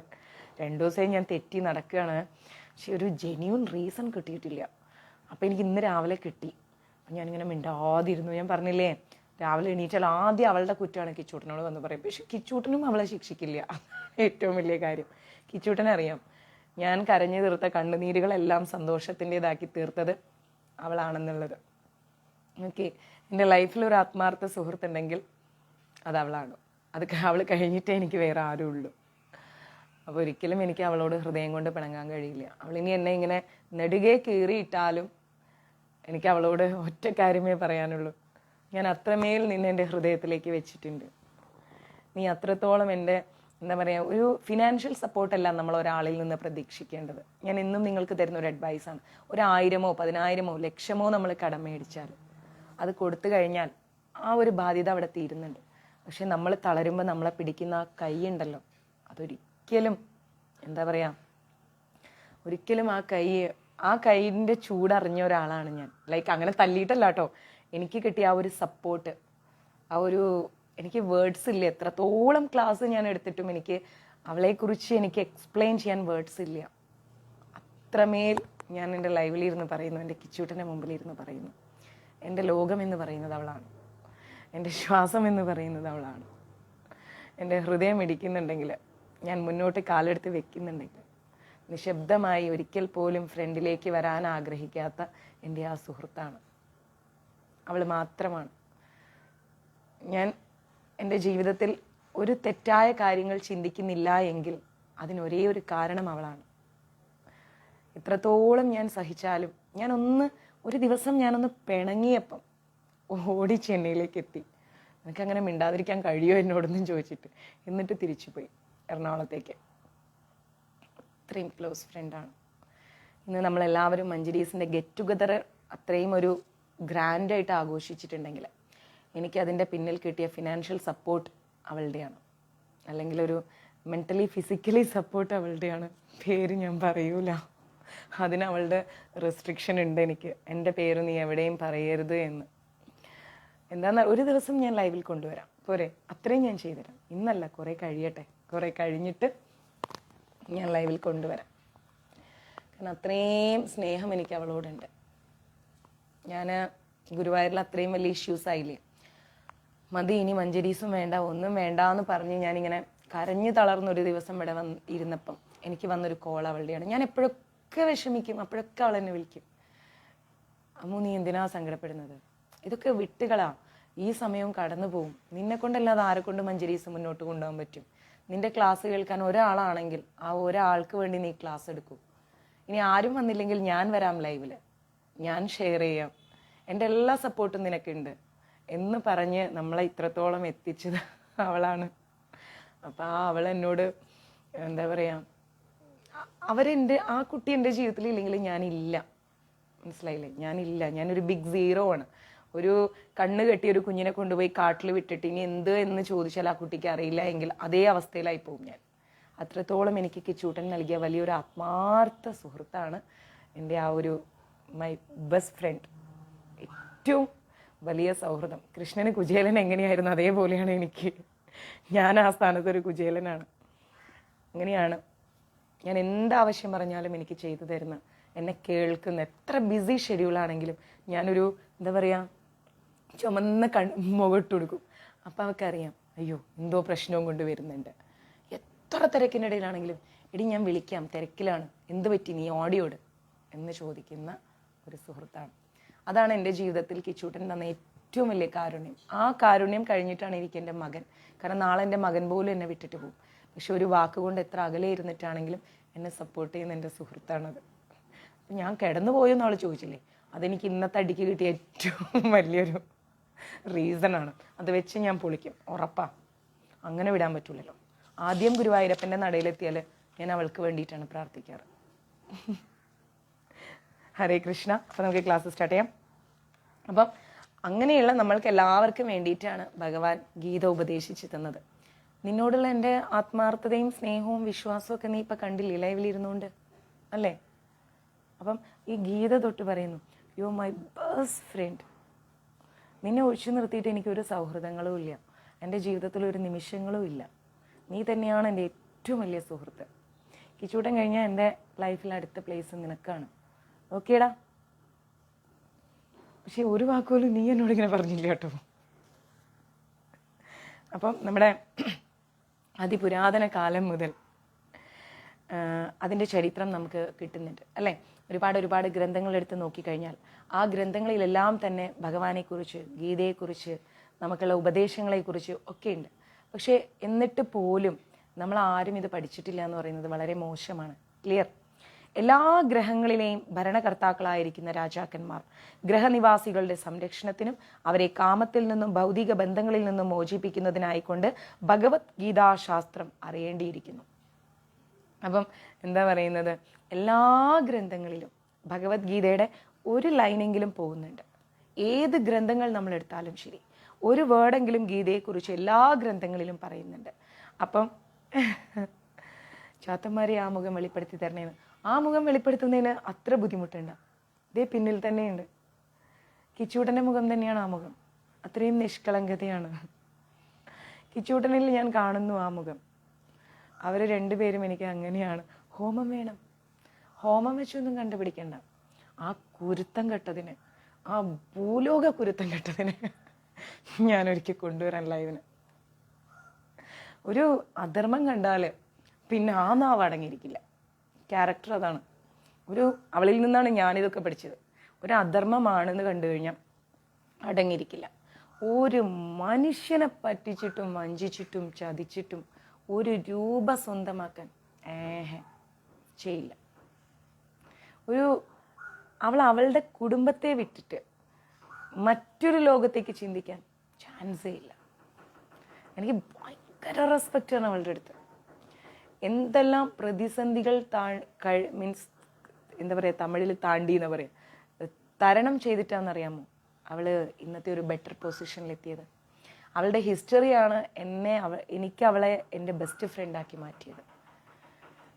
ഒരു സാധാരണ കുടുംബത്തിൽ ജനിച്ചിട്ട് ഇന്ന് ഒരു നല്ല ഹൈ പ്രൊഫൈൽ പൊസിഷനിൽ അവൾ നിൽക്കുന്നുണ്ടെങ്കിൽ അത് അവളുടെ കഷ്ടപ്പാടിൻ്റെ, അവളുടെ സത്യസന്ധതയുടെ, അവൾ കീപ്പ് ചെയ്ത ധർമ്മത്തിൻ്റെ എല്ലാത്തിൻ്റെയും മുഖമുദ്രയാണ്. ഞാൻ എപ്പോഴും അവൾക്ക് വേണ്ടി എൻ്റെ കയ്യിലൊരു ഗിഫ്റ്റ് കരുതും. എൻ്റെ മോന് പോലും ഞാൻ അത്രയും ഗിഫ്റ്റ് ചെയ്തിട്ടില്ല. അവൾക്ക് വേണ്ടി ഞാനൊരു കുഞ്ഞ് ഗിഫ്റ്റ് എപ്പോൾ അവളെ കണ്ടാലും ഞാൻ കരുതും.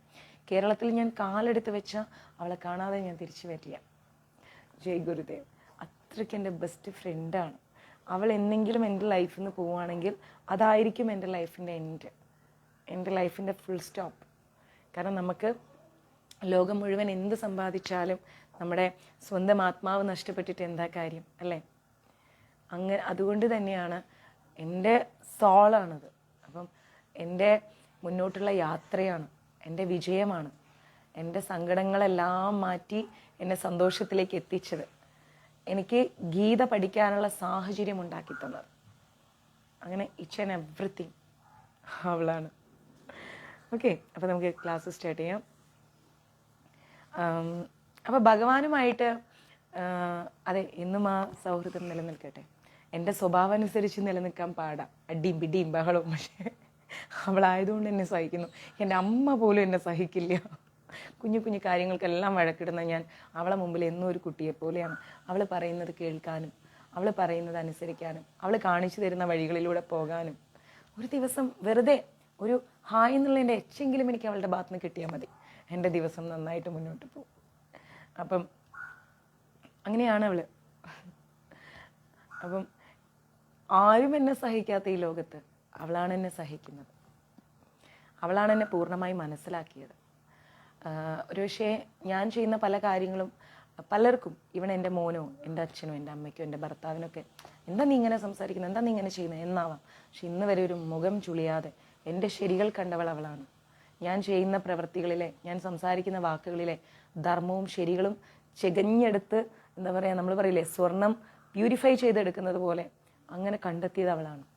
അപ്പം അവൾ ഇന്ന് എന്നോട് ചോദിക്കുകയാണ്, മാതാജി കിടപ്പിലായോ എന്ന്. അവൾക്കുള്ളത് ഞാൻ വേറെ കൊടുക്കുന്നുണ്ട്, നല്ല എഴുതി കൂട്ടി ഞാൻ വെച്ചിട്ടുണ്ട്, കൊടുക്കുന്നുണ്ട്. 2 ദിവസം കഴിയട്ടെ, അവളെൻ്റെ കൈ കിട്ടും.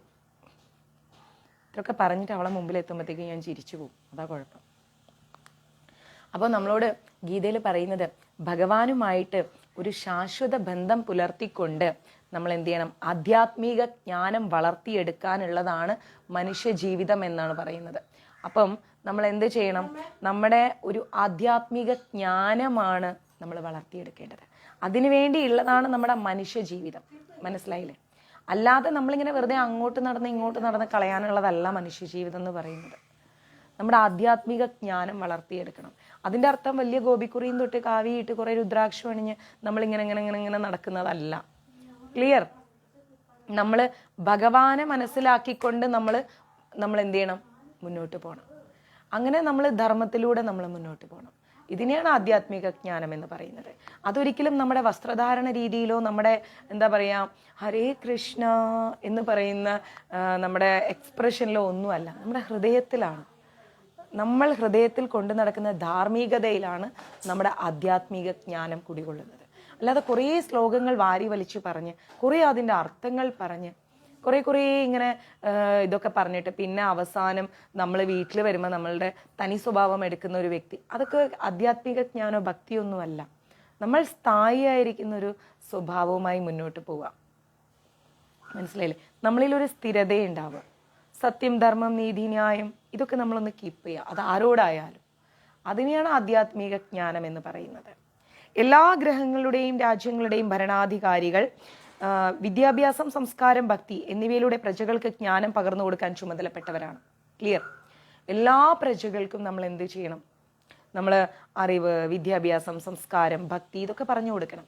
അല്ലാതെ ഒരിക്കലും ഇങ്ങനെ ഒരാളാണ് എനിക്കില്ലാത്തത്, ആരുമില്ല, പക്ഷെ ഞാൻ അവളെ ഷെയർ ചെയ്യില്ല കേട്ടോ, അതാരും ചോദിക്കരുത്, അതെൻ്റെ സ്വകാര്യ സ്വത്താണ്, എൻ്റെ സ്വകാര്യ സ്വത്തിന് ഞാൻ ആർക്കും ഷെയർ ചെയ്യില്ല. ഞാൻ അവളെ അവളുടെ ഭർത്താവിന് കൊടുത്തിട്ടുണ്ട്, അത് അവളുടെ പാർട്ട്ണറാണ്. അതർവൈസ് ബാക്കി എനിക്കാണ്, ഞാൻ ആർക്കും ഇല്ല. അതിൽ ഞാൻ ഭയങ്കര പൊസസീവാണ്. ഞാനിങ്ങനെ നോക്കിക്കൊണ്ടിരിക്കും. അവൾ ചിലപ്പോൾ വല്ല ഗ്രൂപ്പ് ഫോട്ടോ ഒക്കെ അയക്കുകയാണെങ്കിലും ഞാനിങ്ങനെ എൻ്റെ സംശയദൃഷ്ടിയുള്ള കണ്ണുകൾ കൊണ്ട് നോക്കും. നീ എന്തിനാ അവളുടെ അടുത്ത് നിന്നത്, മാറിക്ക്. നീ നിൻ്റെ ഭർത്താവിൻ്റെ അടുത്ത് നിന്നു, നീ മാറിക്ക്. അത്രയ്ക്ക് ക്ലോസ് ആവണ്ട, അടുത്ത പ്ലേസ് എനിക്കാണ് എന്ന് പറയുന്ന അത്രയും പൊസസീവാണ് ഞാൻ. അപ്പോൾ എല്ലാ പ്രജകൾക്കും നമ്മൾ എന്ത് ചെയ്യണം, നമ്മളുടെ പ്രജകൾ മീൻസ് രാജാവും പ്രജകളും മാത്രമല്ല ഇവിടെ ഉദ്ദേശിക്കുന്നത്. അമ്മ, അച്ഛൻ, മക്കൾ, അങ്ങനെ എല്ലാവർക്കും, സുഹൃത്തുക്കൾ, അങ്ങനെ എല്ലാവർക്കും നമ്മൾ എന്ത് പഠിപ്പിച്ചു കൊടുക്കണം, സംസ്കാരം എന്താണ്, ഭക്തി എന്താണ്, ജ്ഞാനം എന്താണ്, ഇതൊക്കെ നമ്മൾ പഠിപ്പിച്ചു കൊടുക്കണം. മനസ്സിലായില്ലേ? ജനങ്ങൾക്ക് ഈ മഹത്തായ ശാസ്ത്രത്തിന്റെ സഹായത്തോടെ മനുഷ്യജന്മം യഥാ അവസരം ഉപയോഗപ്പെടുത്തി ജീവിത വിജയം കൈവരിക്കാം. മനസ്സിലായില്ലേ? നമ്മളപ്പോൾ എപ്പോഴും നമ്മളുടെ ജീവിതത്തിൽ നമ്മുടെ സംസ്കാരം എന്താണ്, നമ്മൾക്കിപ്പം അമേരിക്കൻസ് നടക്കുന്നത് പോലെ ഇവിടെ വന്നിട്ട് ചെറിയ ട്രൗസറൊക്കെ ഇട്ട് നടക്കാൻ പറ്റും. നടക്കുന്നവരുണ്ട്, ഇല്ല എന്നല്ല. മനസ്സിലായേ? രവി പ്രഭു എനിക്ക് വാട്സപ്പിൽ മെസ്സേജ് ചെയ്യും. അപ്പം അങ്ങനെ നടക്കുന്നവരുണ്ട്. പക്ഷെ നമ്മുടെ സംസ്കാരം നമ്മളേത് അനുവദിക്കില്ല. ഇപ്പം നമ്മളൊരു വീട്ടിൽ കല്യാണം കഴിച്ചു പോയി. അപ്പം കല്യാണം കഴിച്ചു പോയി കഴിഞ്ഞാൽ പിന്നെ നമുക്ക് ആ വീട്ടിൽ എന്തെല്ലാം അവസ്ഥകളുണ്ടെങ്കിലും എൻ്റെ ഒരു തീരുമാനം എന്ന് പറയുന്നത് കഴിയുന്നതും സ്ത്രീകളുടെ ശബ്ദം ഉയരരുത്. ഭർത്താവിൻ്റെ വീട്ടിൽ ഒരു സ്ത്രീയുടെയും ശബ്ദം ഉയരരുത്. നമ്മുടെ സ്വന്തം വീട്ടിൽ നമ്മൾ എങ്ങനെ വേണമെങ്കിലും അടിച്ചു പൊളിച്ച് നടന്നോളും. പക്ഷെ നമ്മളുടെ ഭർത്താവിൻ്റെ വീട്ടിൽ നമ്മുടെ ശബ്ദം ഉയരരുത്. അതുപോലെ നമ്മൾ അവരോട് പാലിക്കേണ്ട കുറേ ധാർമ്മികതകളുണ്ട് അല്ലേ. പല കാരണങ്ങൾക്ക് നമ്മൾ ഇറിറ്റേറ്റഡ് ആവും. പക്ഷെ നമ്മുടെ ശബ്ദം വന്നു കയറുന്ന വീട്ടിൽ നമ്മുടെ ശബ്ദം ഉയർത്തരുത്. അത് ശരിയല്ല. കാരണം വന്നു കയറുന്ന സ്ത്രീയാണ് ആ വീടിൻ്റെ വിളക്ക് എന്ന് പറയുന്നത്. മനസ്സിലാവുന്നില്ലേ? അവിടെയുള്ള എല്ലാവരുടെ മുമ്പിലും നമ്മൾക്ക് എത്ര ക്ലോസ് റിലേഷൻഷിപ്പ് ആണെങ്കിലും നമുക്കൊരു പ്ലേസ് ഉണ്ട്. ആ പ്ലേസിൽ തന്നെ നമ്മൾ നിൽക്കണം. അല്ലാതെ ഞാൻ എൻ്റെ ഭർത്താവാണ് ഞാൻ ഇങ്ങനെ നിൽക്കും, ഇങ്ങനെ സംസാരിക്കും, ഇതൊന്നും പാടില്ല. നമ്മളൊരു നമ്മളുടെ കയ്യിലാണ് ആ വീട്, ആ വീട്ടിലെ അംഗങ്ങൾ എന്ന് നമ്മൾക്കൊരു ഉത്തമ ബോധ്യം ഉണ്ടാവണം. ഒരു സ്ത്രീ എത്രത്തോളം ധാർമ്മികപരമായി ഒരു ഭർത്താവിൻ്റെ വീട്ടിൽ പെരുമാറുന്നു, അത്രത്തോളം ആ വീട്ടിൽ ശാന്തിയും സമാധാനവും ഉയർച്ചയുണ്ടാവും. ക്ലിയർ? രാവിലെ തന്നെ അടികൂടി ബഹളം കൂടി ഫോണിൽ കൂടി വഴക്കിട്ട് നമ്മളൊരു ഹസ്ബൻഡിനെ പുറത്തേക്ക് ജോലിക്ക് വിടുകയാണെങ്കിൽ ആ ജീവിതവും ആ കുടുംബവും വേസ്റ്റാണ്. അവിടെ ഒരിക്കലും ലക്ഷ്മി ദേവി വസിക്കില്ല, ഒരു കാലത്തും വസിക്കില്ല. നമ്മൾ ശാന്തമായി സമാധാനമായിട്ടാണ് ഭർത്താവിനെ പുറത്തേക്ക് വിടുന്നതെങ്കിൽ ആ വീട്ടിൽ എന്നും ശാന്തി ഉണ്ടാവും, എന്നും സമാധാനം ഉണ്ടാവും, അവിടെ എന്നും അഭിവൃദ്ധി ഉണ്ടാവും. അവിടെ ലക്ഷ്മി ദേവി വരും. ആ ലക്ഷ്മി ദേവിയുടെ കൂടെയാണ് കൃഷ്ണൻ വരുന്നത്. അല്ലാതെ നമ്മൾ കുറേ പൂജ ചെയ്തിട്ടും കുറേ ഭഗവാന്റെ നാമങ്ങൾ ഉച്ചരിച്ചിട്ടും കാര്യമില്ല. നമ്മുടെ പ്രവൃത്തികളിലൂടെയാണ് ഒരു വീട്ടിലായാലും ഒരു സ്ഥാപനത്തിലായാലും നമ്മൾ ഭഗവാനെ പ്രതിഷ്ഠിക്കേണ്ടത്. ആ പ്രവൃത്തികൾ ആ സ്വഭാവത്തിലൂടെയാണ് വരേണ്ടത്. മനസ്സിലാവുന്നുണ്ടോ? ആർത്ത് വിളിച്ച് ശബ്ദം വയ്ക്കുന്ന സ്ത്രീകളുള്ള കുടുംബം നശിച്ചു പോകും. ഇത് 2024 ആണ്, അങ്ങനെ ആവാം എന്നൊക്കെ പറയാം. പക്ഷെ എപ്പോഴും ഭാര്യയും ഭർത്താവും മാത്രമുള്ള സമയത്ത് നിങ്ങൾ ആർത്ത് വിളിക്കൂ, ബഹളം ഉണ്ടാക്കൂ. പക്ഷേ ഭർത്താവിൻ്റെ വീട്ടിൽ അവർക്ക് മുതിർന്നവരുണ്ടെങ്കിൽ നമ്മുടെ കുറേ ക്യാരക്ടർ നമ്മൾ ചേഞ്ച് ചെയ്യണം. മനസ്സിലാവുന്നുണ്ട്? നമ്മൾക്ക് ഇഷ്ടപ്പെടാത്ത പല കാര്യങ്ങളുണ്ടാവാം, നമ്മൾ ഒരിക്കലും കണ്ടിട്ടില്ലാത്ത അവസ്ഥകളുണ്ട്. ഇപ്പം ഞാൻ എൻ്റെ ഹസ്ബൻഡിൻ്റെ വീട്ടിൽ പോവുകയാണെങ്കിൽ അവിടെ പലർക്കും അറിയാം, എൻ്റെ കൂടെ നടന്നവർക്കറിയാം. ആ വീട്ടിൻ്റെ അവസ്ഥ എന്ന് പറയുന്നത് വേറൊരു രീതിയാണ്. ചന്ദനമഴ സീരിയലാണ്. 3-4 സെർവൻസ് ഉള്ള വീടായതുകൊണ്ട് തന്നെ അവിടെ രാവിലെ വല്യച്ഛനും വല്യമ്മയ്ക്ക് അപ്പച്ചനും അമ്മച്ചിക്കൊന്നും ചായ ഇട്ട് കൊടുക്കാൻ വീട്ടിലെ മരുമക്കൾ എഴുന്നേൽക്കണ്ട. പക്ഷേ എനിക്ക് അവർക്ക് ചായ ഇട്ട് കൊടുക്കണമെന്ന് ഭയങ്കര നിർബന്ധമാണ്. മനസ്സിലാവുന്നുണ്ടോ? അപ്പം അതുകൊണ്ട് തന്നെ എനിക്ക് ഇപ്പോഴും ഞാൻ കയറി ചെല്ലുമ്പോൾ എനിക്ക് കിട്ടുന്നൊരു സ്പെഷ്യൽ പ്ലേസ് ഉണ്ട് അവിടെ. ഒരിക്കൽ ഞാൻ പോയി ലൈവ് ഇടാം. ഒരു വല്ലാത്തൊരു പ്ലേസ് ഉണ്ട്. ആ പ്ലേസാണ് നമ്മൾ ജീവിതത്തിൽ ഉണ്ടാക്കിയെടുക്കേണ്ടത്. അപ്പം അത് നമ്മുടെ 2024 ബാധിക്കുന്നില്ല, നമ്മുടെ സ്റ്റാറ്റസിനെയും ബാധിക്കുന്നില്ല, നമ്മുടെ പ്രൊഫഷനെയും ബാധിക്കുന്നില്ല, ഒന്നിനെയും ബാധിക്കുന്നില്ല. ആ സ്നേഹമാണ് നമ്മൾ നിലനിർത്തേണ്ടത്. അങ്ങനെ നമ്മൾ മെയിൻറ്റെയിൻ ചെയ്യുന്ന അത് കണ്ടാണ് നമ്മുടെ കുട്ടികൾ വളരുന്നത്. അങ്ങനെയാണ് കുടുംബ ബന്ധങ്ങളെ നമ്മൾ എന്ത് ചെയ്യേണ്ടത്? അടിസ്ഥാനപ്പെടുത്തി വെക്കേണ്ടത്. മനസ്സിലായില്ലേ? അല്ലാതെ നമ്മൾ നമ്മുടെ പെരുമാറ്റം കൊണ്ട് നമ്മുടെ ഭർത്താവിന് കൂടുതൽ ഇറിറ്റേഷൻ കൊടുക്കരുത്, ഒരിക്കലും കൊടുക്കരുത്. ആ ഇറിറ്റേഷൻ അവരുടെ ജീവിതത്തെ തകർക്കുന്നത് പോലെ നമ്മുടെ ജീവിതത്തെയും തകർക്കുന്നുണ്ട്. നമ്മളൊരു വീട്ടിൽ കല്യാണം കഴിച്ച് ചെല്ലുന്നത് ഒരു സെക്ഷൽ ലൈഫ് മാത്രം ആസ്വദിക്കാനല്ല, ടു ബി ഫ്രാങ്ക്ലി, സമ്പാദിക്കാനല്ല. കുടുംബ ബന്ധങ്ങളെ അടിസ്ഥാനപരമായി കുടുംബ ബന്ധങ്ങളെ നമ്മളിങ്ങനെ ഊട്ടി ഉറപ്പിക്കാനാണ്, നന്മ വരാനാണ്. അതിൻ്റെ കംപ്ലീറ്റ് ഉത്തരവാദിത്വവും ആ കുടുംബത്തിലെ സ്ത്രീകളുടെ കൈകളിലാണ്, പുരുഷന്മാരുടെ കൈകളിലല്ല. ഒരു സ്ത്രീ എത്രത്തോളം ക്ഷമിക്കുന്നുവോ ആ കുടുംബത്തിൽ അത്രത്തോളം അഭിവൃദ്ധി ഉണ്ടാവും. ഒരു സ്ത്രീയുടെ കണ്ണീര് വീഴുന്ന കുടുംബം അത് നശിച്ചു പോകും. ഒരിക്കലും നമ്മൾ കാരണം ഒരു സ്ത്രീയുടെ കണ്ണീരും വരാൻ ഇടയാവരുത്. ഒരു മരുമക്കളുടെയും ഒരു മകളുടെയും ഒരു ഭാര്യമാരുടെയും കണ്ണുനീര് നമ്മൾ കാരണം വരരുത്. ക്ലിയർ? ഒരു ഭർത്താവിൻ്റെയും ഹൃദയം നമ്മൾ കാരണം പിടയ്ക്കരുത്. അവരുടെ ഭാഗത്ത് എന്ത് ധർമ്മം ഉണ്ടെങ്കിലും അധർമ്മം ഉണ്ടെങ്കിലും നമ്മൾ എന്ത് ചെയ്യാം? നമ്മൾ കുറച്ചും കൂടെ ഫ്ലെക്സിബിളായിട്ട് മനസ്സിലാക്കാൻ ശ്രമിക്കുക. മനസ്സിലായില്ലേ? കുറച്ചും കൂടെ ഫ്ലെക്സിബിളായിട്ട് മനസ്സിലാക്കുക. ഇപ്പം നമ്മളൊരിക്കലും ചിന്തിക്കരുത് എൻ്റെ കാര്യം നോക്കാൻ സമയമില്ല, എന്നോട് മിണ്ടാൻ സമയമില്ല. നിങ്ങൾ ആലോചിക്കുക, അവരുടെ ഹൃദയം പിടയുന്നത് അല്ലെങ്കിൽ അവരുടെ ഹൃദയമിടിപ്പ്, ആ ഓരോ ഹൃദയമിടിപ്പും നമ്മൾക്ക് വേണ്ടിയാണ്. അതിനുവേണ്ടി മാത്രമാണ് അവരുടെ ഹൃദയമിടിപ്പ് ഉണ്ടാവുന്നത്. പ്രത്യക്ഷത്തിൽ നമ്മളുടെ കൂടെ അവരിരുന്ന് ടൈം സ്പെൻഡ് ചെയ്യുന്നോ ഇല്ലേ എന്നുള്ളതല്ല. നമ്മൾക്ക് കിട്ടിയ അഡ്രസ്സ്, ആ അഡ്രസ്സ് തന്നെയാണ് നമ്മൾക്ക് ഭഗവാൻ തന്ന ഏറ്റവും വലിയ അനുഗ്രഹം എന്ന് പറയുന്നത്. അപ്പം നമ്മൾ നമ്മുടെ വീടുകളിൽ കയറി ചെന്ന വീടുകളിൽ ജീവിക്കേണ്ട ഒരു രീതിയുണ്ട്. ആ രീതി ഇതുവരെ പാലിക്കാത്തവരുണ്ടെങ്കിൽ ദയവായി ഇന്ന് മുതൽ ചേഞ്ച് ചെയ്യുക. മനസ്സിലാവുന്നുണ്ട്? അവിടെ ആരെയും കൈനീട്ടി ചോദ്യം ചെയ്യാൻ നമുക്ക് അവകാശമില്ല. എനിക്ക് ഇഷ്ടപ്പെടാത്ത ഒരുപാട് കാര്യങ്ങൾ എൻ്റെ ഹസ്ബൻഡിൻ്റെ വീട്ടിലുണ്ട്. ഞാൻ ചോദ്യം ചെയ്യാറില്ല, ഒരിക്കലും ചോദ്യം ചെയ്യാറില്ല. കാരണം ചെയ്യേണ്ട ആവശ്യം എനിക്കില്ല. എനിക്ക് ഇഷ്ടപ്പെടാത്ത പല ഭക്ഷണങ്ങളും എൻ്റെ ഹസ്ബൻഡിൻ്റെ വീട്ടിലുണ്ട്. മട്ടൺ, ബീഫ്, പന്നി, സീരിയസ്ലി. പക്ഷേ എനിക്ക് വേണ്ടി സെപ്പറേറ്റ് ഇപ്പോഴും സാമ്പാർ ഉണ്ടാക്കാൻ ഒരു പാത്രം, ചോറ് വെക്കാൻ എനിക്ക് വേണ്ടി ഒരു 10 കിലോ കേരള റൈസ് അവിടെ ഉണ്ട്. എനിക്ക് തമിഴ്നാട് റൈസിനേക്കാൾ ഇഷ്ടം കേരള റൈസാണ്. ചെന്നൈയിലേക്ക് എനിക്ക് എൻ്റെ കേരളത്തിൽ നിന്ന് എൻ്റെ അച്ഛൻ കയറ്റി വിടുമായിരുന്നു റൈസ്. പക്ഷെ ഇപ്പോൾ ഞാൻ അവരെ ഇഷ്ടത്തിനനുസരിച്ച് മാറി. എനിക്ക് തമിഴ്നാട് റൈസ് മതി, എനിക്ക് ഇവിടുത്തെ സാമ്പാറും മതി. എനിക്കിഷ്ടമില്ലെങ്കിലും നമ്മൾ അതിലേക്ക് മാറുകയാണ്. അങ്ങനെ നമ്മൾ കുറേ നമ്മളുടെ ഇഷ്ടങ്ങൾക്ക് പ്രയോറിറ്റി കൊടുക്കാതെ അവരുടെ ഇഷ്ടങ്ങൾക്ക് പ്രയോറിറ്റി കൊടുക്കുകയാണെങ്കിൽ ശാന്തി ഉണ്ടാവും, സമാധാനം ഉണ്ടാവും. സമാധാനവും ശാന്തിയുള്ളിടത്തെ ഗുരുവായൂരപ്പനും ലക്ഷ്മി ദേവിയുള്ളൂ. നമ്മൾ അവരെയാണ് ഫോക്കസ് ചെയ്യുന്നതെങ്കിൽ ആദ്യം നമ്മൾ ക്ഷമിക്കാൻ പഠിക്കണം. ആ ക്ഷമയാണ് സാത്വികത, ആ സാത്വികതയാണ് ഗുരുവായൂരപ്പൻ. ക്ലിയർ? ഇതാണ് നമ്മൾ പഠിക്കേണ്ട ഭക്തി, ഇതാണ് നമ്മൾ പഠിക്കേണ്ട സംസ്കാരം, ഇതാണ് നമ്മൾ പഠിക്കേണ്ട വിദ്യാഭ്യാസം. അല്ലാതെ കുറേ ബിടെക്കും MBAയും അതും ഇതും ഒക്കെ എടുത്ത് പഠിച്ചിട്ട് നമ്മുടെ ജീവിതത്തിൽ നമ്മുടെ സ്വഭാവം ശരിയല്ലെങ്കിൽ പിന്നെ അത് വേസ്റ്റാണ്. അതൊരിക്കലും ഭക്തിയും അതൊരിക്കലും സംസ്കാരവുമല്ല. ജനങ്ങൾക്ക് മഹത്തായ ശാസ്ത്രത്തിൻ്റെ സഹായത്തോടെ മനുഷ്യജന്മം അവസരം ഉപയോഗപ്പെടുത്തി ജീവിത വിജയം കൈവരിക്കാം. മനസ്സിലായില്ലേ? മനുഷ്യജന്മം എന്തിനു വേണ്ടിയുള്ളതാണെന്ന് നമ്മൾ ആദ്യം മനസ്സിലാക്കണം. അടിച്ചുപൊളിച്ച് ജീവിക്കാനല്ല മനുഷ്യജന്മം. നമ്മൾ കഴിഞ്ഞ ജന്മങ്ങളിൽ കുറേ തെറ്റുകൾ ചെയ്തിട്ടുണ്ട്. ആ തെറ്റുകൾ തിരുത്തി ഭഗവാനോട് അടുക്കാനുള്ള ഒരു ചാൻസാണ് ഈ മനുഷ്യജന്മം.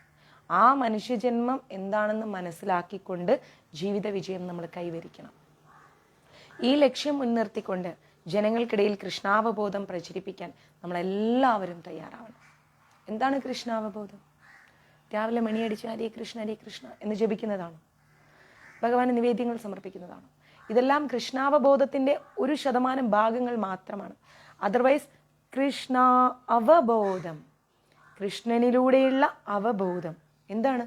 ഒറ്റ വേർഡിൽ സാത്വിക മനോഭാവം. എന്താ സാത്വിക മനോഭാവം? ശാന്തത, ക്ഷമ, ദയ, കരുണ.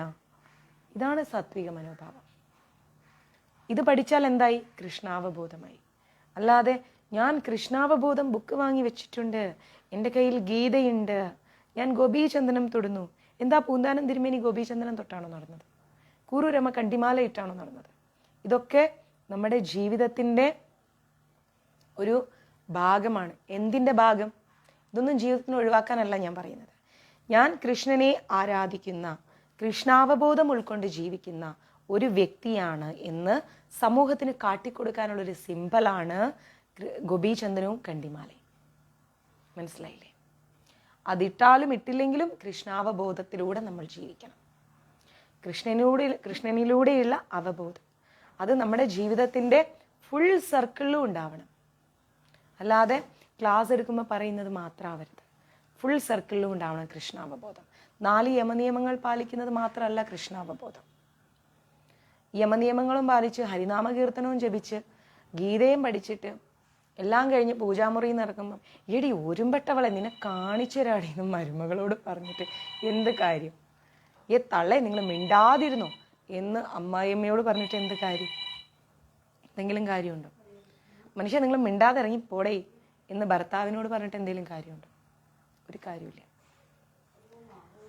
കൃഷ്ണാവബോധം എന്നുള്ളത് എന്താണെന്നുള്ളത് മനസ്സിരുത്തി മനസ്സിലാക്കി കൃഷ്ണനോടടുക്കുക. അതാണ് കൂറൂരമ്മ ചെയ്തത്.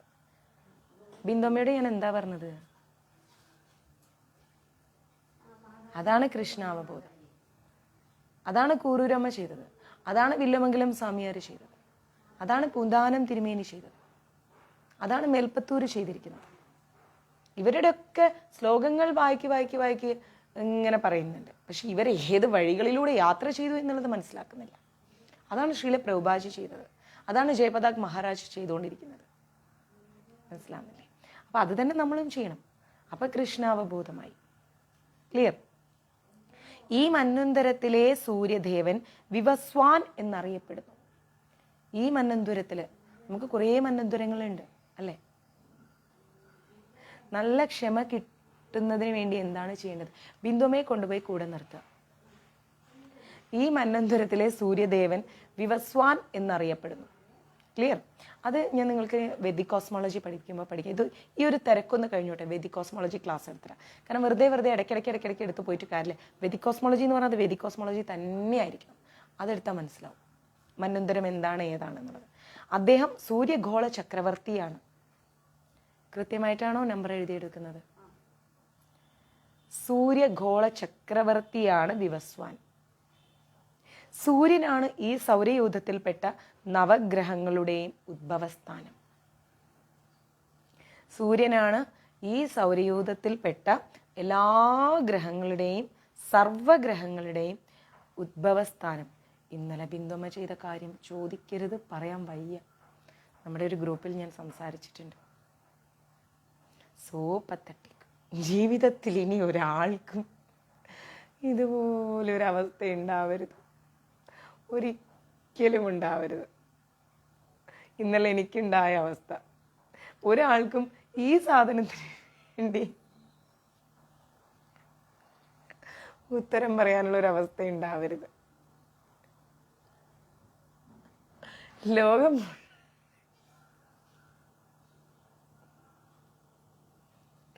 വിഗ്രഹം വരെ കട്ടൂന്ന് ഞാൻ കേട്ടിട്ടുണ്ട്. ഈ സംഭവം എടുത്തുകൊണ്ട് പോയതിന് ഒരു മനുഷ്യനും ഉത്തരം പറയാനുള്ള അവസരം ഉണ്ടാവരുത്. ഞാൻ തിരിഞ്ഞു കിച്ചൂട്ടനോട്, കിച്ചൂട്ടാ എന്തുവാ കിച്ചൂട്ടാ നീ എന്നെ കൊണ്ട് കാണിപ്പിക്കുന്നേ എന്നും പറഞ്ഞ് ഇന്നലെ കിച്ചൂട്ടനിട്ട് നല്ല ചീത്ത വിളിയായിരുന്നു എൻ്റെ വക. അത്രയും വലിയൊരു സാധന ബിന്ദുമ്മ ഇന്നലെ കാണിച്ചു കൂട്ടിയത്. പറയൂ, കേൾക്കട്ടെ എന്ന്. പറയണോ? അറിയുന്നവര് പറയും. അണ്ടർവേൾഡ് മോഷണം. ഞാൻ ഇന്നലെ പറഞ്ഞ ഉത്തരം കൃഷ്ണ ഗുരുവായൂരപ്പ. അയ്യോ, എന്നാ പിന്നെ രജനി മാതാജി കഥോർത്ത് ചിരിച്ചു മരിക്കും. നമ്മള് ഗീതയുടെ ഇടയ്ക്ക് ഇങ്ങനെ കുറച്ച് തമാശകളും കൂടി വരുമ്പോൾ നമ്മുടെ ക്ലാസ് എന്റർടൈൻമെന്റ് ആയിട്ട് പോകും. ഇന്നലെ അമ്മു വന്നു എൻ്റെ അടുത്ത്. അമ്മു വന്ന് ക്ലാസ് എടുത്ത് കഴിഞ്ഞപ്പോൾ അമ്മുണ്ട് മാല കെട്ടിക്കൊണ്ടിരിക്കും. നന്നായി മാല കെട്ടും. മാല കെട്ടിക്കൊണ്ടിരിക്കും. അപ്പൊ ബിന്ദുമ്മേ ഇതൊന്ന് ചൂടാക്കി തരൂ. മാല കെട്ടിക്കൊണ്ടിരിക്കും. ഞാനിരുന്ന് കുറച്ച് അവൾക്ക് കെട്ടാൻ വേണ്ടി ഇങ്ങനെ ഹെൽപ്പ് ചെയ്യാൻ നോക്കി. നടന്നില്ല എന്നുള്ള വേറെ വസ്തു, നമുക്ക് മാലയൊന്നും കെട്ടാൻ വരൂല. അപ്പോൾ അമ്മു വന്നിട്ട് എന്നോട് പറഞ്ഞു, അമ്മു ഞാൻ എന്താ ഒരു കാര്യമുണ്ട് അമ്മു.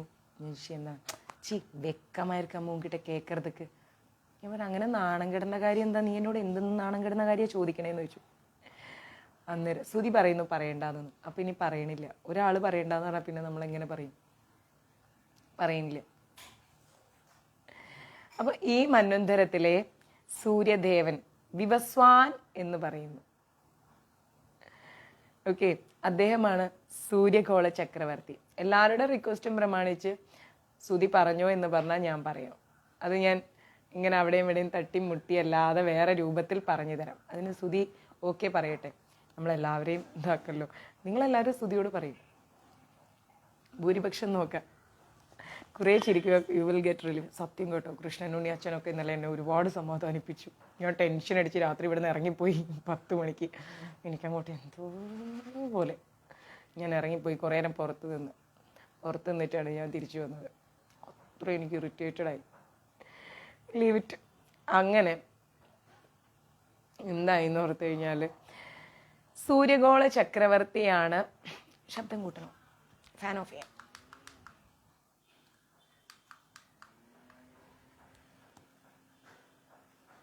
ഓക്കെ ആണോ?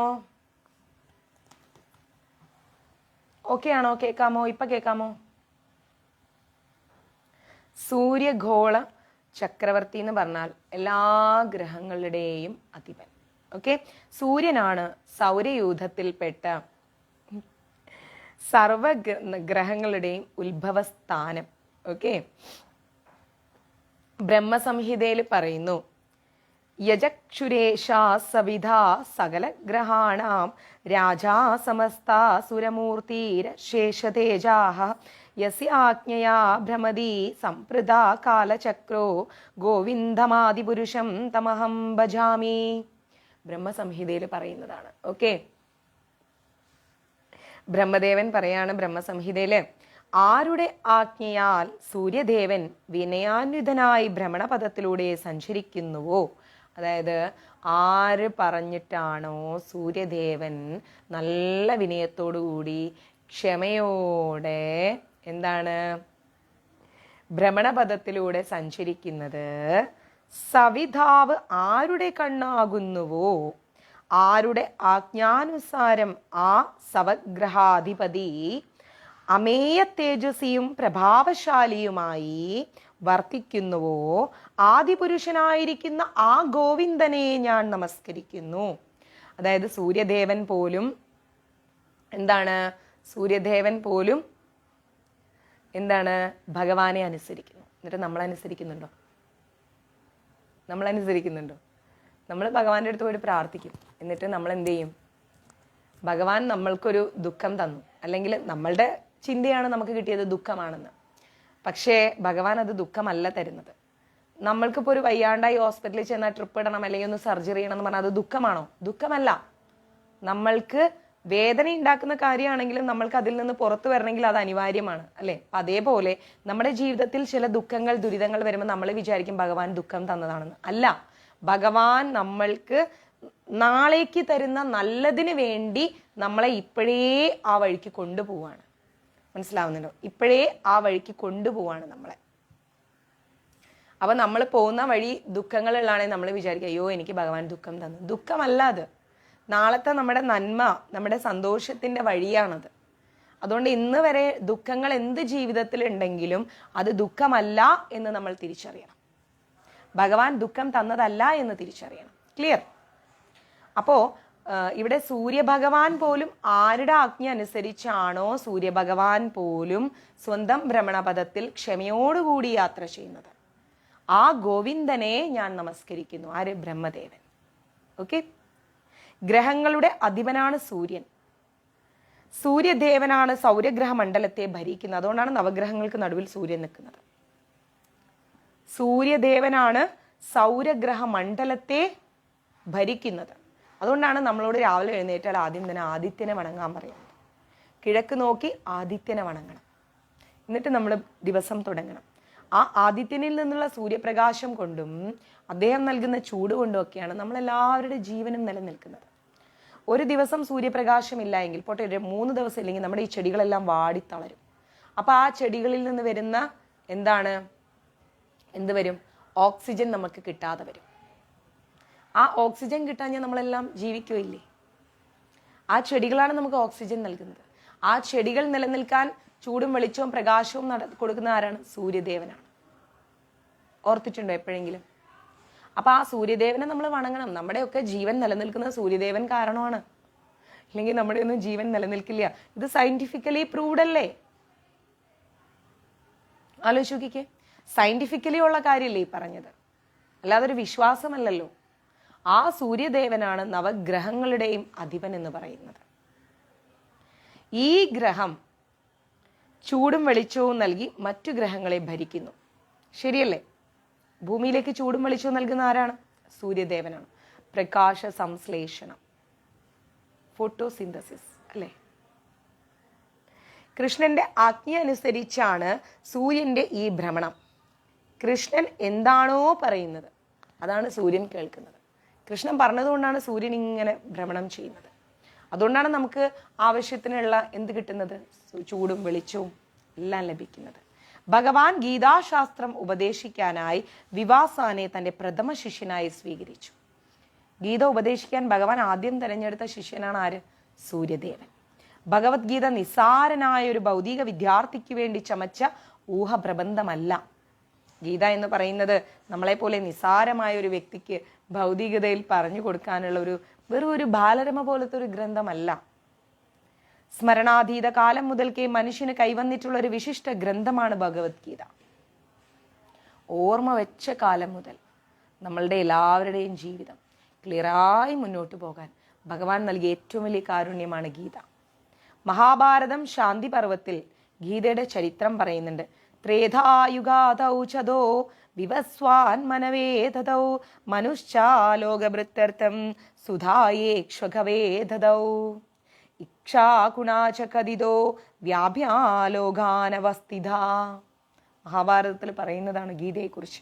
ഭഗവാനുമായുള്ള ബന്ധത്തിന്റെ ഈ ശാസ്ത്രം, അതായത് ഭഗവാനുമായിട്ടുള്ള ഒരു ബന്ധമാണ് ഗീതയ്ക്ക്, അല്ലേ? ഭഗവാൻ പറഞ്ഞതാണ് ഗീത. അപ്പൊ ഭഗവാനുമായി ബന്ധപ്പെട്ട ഈ ശാസ്ത്രം ത്രേധായുഗത്തിന്റെ ആരംഭത്തിൽ വിവസ്വാൻ മനുവിന് നൽകി. സൂര്യദേവൻ മനുവിന് കൊടുത്തു. ത്രേധായുഗത്തിന്റെ ആരംഭത്തിൽ മനുഷ്യവംശ പിതാവായിരിക്കുന്ന മനു, മനുഷ്യവംശത്തിന്റെ പിതാവാണ് ആര്? മനുഷ്യവംശത്തിന്റെ പിതാവാണ് ആര്? മനു. അപ്പോ മനുഷ്യവംശത്തിന്റെ പിതാവായിരിക്കുന്ന മനുവിന്റെ മകനായിരിക്കുന്ന ഇക്ഷ്വാകുവിന് ഉപദേശിച്ചു. ശ്രദ്ധിച്ചു കേൾക്കണം, വിട്ടുപോകരുത്. ഭഗവാൻ ആദ്യം ആരെ തിരഞ്ഞെടുത്തു? സൂര്യദേവന്. ഭഗവാൻ ഗീത സൂര്യദേവൻ ഉപദേശിച്ചു. സൂര്യദേവൻ മനുവിന് നൽകി. മനുവംശത്തിന്റെ പിതാവായിരിക്കുന്ന മനുവിന്റെ പുത്രനായിരിക്കുന്ന ഇക്ഷ്വാകുവിന് നൽകി. ഓക്കെ. ഭൗമഗ്രഹത്തിന്റെ രാജാവ്, അതായത് ഈ ഭൂമിയുടെ രാജാവും ശ്രീരാമചന്ദ്രൻ പിറന്ന രഘുവംശത്തിന്റെ പൂർവീകനുമായിരുന്ന ഇക്ഷ്വാകു. മനുവംശത്തിന്റെ ഈ ഭൗമഗ്രഹത്തിന്റെ ഭൂമിയുടെ ഗ്രഹത്തിന്റെ രാജാവായിരിക്കുന്ന ശ്രീരാമചന്ദ്ര പ്രഭു, അദ്ദേഹം പിറന്ന രഘുവംശം, അദ്ദേഹം പിറന്നത് എവിടെയാണ്? രഘുവംശത്തിൽ. ആ രഘുവംശത്തിന്റെ പൂർവീകനായിരുന്നു ആര്? ഇക്ഷ്വാകു. ഓക്കെ. ആ രഘുവംശത്തിന്റെ പൂർവീകനാണ് ആര്? ഇക്ഷ്വാകു. ഓക്കെ. ഞാനൊരു കാര്യം പറയാൻ വിട്ടുപോയി, ഒരു പേര് കണ്ടപ്പോഴാണ് ഞാനത് ഓർത്തത്. ഏപ്രിൽ മാസം വരെയാണ് വിഷു. ഓക്കെ. വിഷുവിന് കണിവെക്കാൻ വേണ്ടി വാൽക്കണ്ണാടി ആവശ്യമുള്ളവർ ദയവായി മഞ്ജരീസിലേക്ക് മെസ്സേജ് ഇടണം. ലാസ്റ്റ് ടൈം വാൽക്കണ്ണാടിക്ക് ഓർഡർ തന്നിട്ട് മാതാജി ഞങ്ങൾക്ക് പെട്ടെന്ന് വേണം, 5 ദിവസം കൊണ്ട് കിട്ടുമോ, 4 ദിവസം കൊണ്ടോ, ഇങ്ങനെയൊന്നും ചോദിക്കരുത്. വാൽക്കണ്ണാടി നേരത്തെ വേണമെങ്കിൽ നേരത്തെ ഓർഡർ ചെയ്യാം മഞ്ജരീസിലേക്ക്. ഞാൻ നിങ്ങൾക്ക് അതിൻ്റെ ബ്രോഷറും എമൗണ്ടും ഇട്ടുതരും. അപ്പോൾ നിങ്ങൾ ആ ഒരു എമൗണ്ടും പേ ചെയ്ത് ബ്രോഷറിൽ നോക്കിയിട്ട് സെലക്ട് ചെയ്ത് കഴിയുമ്പോൾ നിങ്ങൾക്കൊരു മിനിമം 10 ഡേയ്സിനുള്ളിൽ വാൽക്കണ്ണാടി വരും. കാരണം മഞ്ജരീസിലൂടെ കൊടുക്കുന്ന വാൽക്കണ്ണാടി അത്രയും പ്യൂരിറ്റിയാണ്, കംപ്ലൈൻറ്റ് ഇല്ലാത്തതാണ്, കണ്ണാടിയൊന്നും പഴയതല്ല. അപ്പോൾ ഓർഡറിനനുസരിച്ചാണ് കണ്ണാടി പോലും ഉണ്ടാക്കിയെടുക്കുന്നത്, അതിൻ്റെ ഫ്രെയിമും എല്ലാം ഉണ്ടാക്കിയെടുക്കുന്നത്. അതുകൊണ്ട് പെട്ടെന്ന് നിങ്ങൾ ഇന്നലെ ഓർത്തിരുന്ന കാര്യമാണ് ഇന്നിപ്പോൾ പെട്ടെന്ന് ഓർമ്മ വന്നു. അപ്പം വിഷുവിന് കണിവയ്ക്കാൻ വാൽക്കണ്ണാടി നിങ്ങൾക്ക് ആവശ്യമുള്ളവരുണ്ടെങ്കിൽ പെട്ടെന്ന് തന്നെ മഞ്ജരീസിലേക്ക് ഓർഡർ തരാം. ഓക്കെ. അപ്പോൾ ശ്രീരാമചന്ദ്ര പ്രഭു പിറന്ന രഘുവംശത്തിന്റെ പൂർവീകനായിരുന്നു ആര്? ഇക്ഷ്വാകു. അങ്ങനെ ഇക്ഷ്വാകു മഹാരാജാവിന്റെ കാലം മുതൽ തന്നെ ഭഗവത്ഗീത മനുഷ്യ സമൂഹത്തിൽ നിലനിൽക്കുന്നുണ്ട്. 4,32,000 വർഷങ്ങളടങ്ങിയ കലിയുഗത്തിൽ എത്ര വർഷമുണ്ട്? 4,32,000 വർഷങ്ങളുള്ള കലിയുഗത്തിൽ 5000 വർഷം പിന്നിട്ട് കഴിഞ്ഞു. ഇപ്പം ഈ ഗീത ശ്രീല പ്രഭുപാജി എഴുതുന്ന സമയത്തെ കണക്കാട്ടോ ഇത് 5000 വർഷം എന്നുള്ളത്. ഇതിനു മുൻപ് 8 ലക്ഷം വർഷമാണ് എന്ത്? ദ്വാപരയുഗം. അതിനു മുൻപ് 12 ലക്ഷം വർഷങ്ങളാണ് തേത്രായുഗം. ഓക്കെ. അതുമൊക്കെ കഴിഞ്ഞുപോയി. എന്താണ്? 8 ലക്ഷം വർഷങ്ങളാണ് എവിടെ? ദ്വാപരയുഗത്തിൽ ഉണ്ടായിരുന്നത്. 12 ലക്ഷം വർഷങ്ങളാണ് എവിടെ? ത്രേതായുഗത്തിലുണ്ടായിരുന്നത്.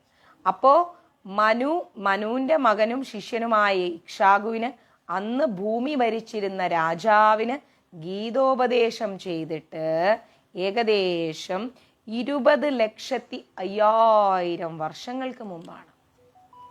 20,05,000 വർഷങ്ങൾക്ക് മുമ്പാണ് ഗീതോപദേശം നടന്നിരിക്കുന്നത്. ഏതാണ്ട് ഇപ്പോഴുള്ള മനുവിന്റെ വർഷകാലം എന്ന് പറയുന്നത് 30,53,00,000 ഇപ്പോഴുള്ള മനുവിന്റെ വാഴ്ചക്കാലം.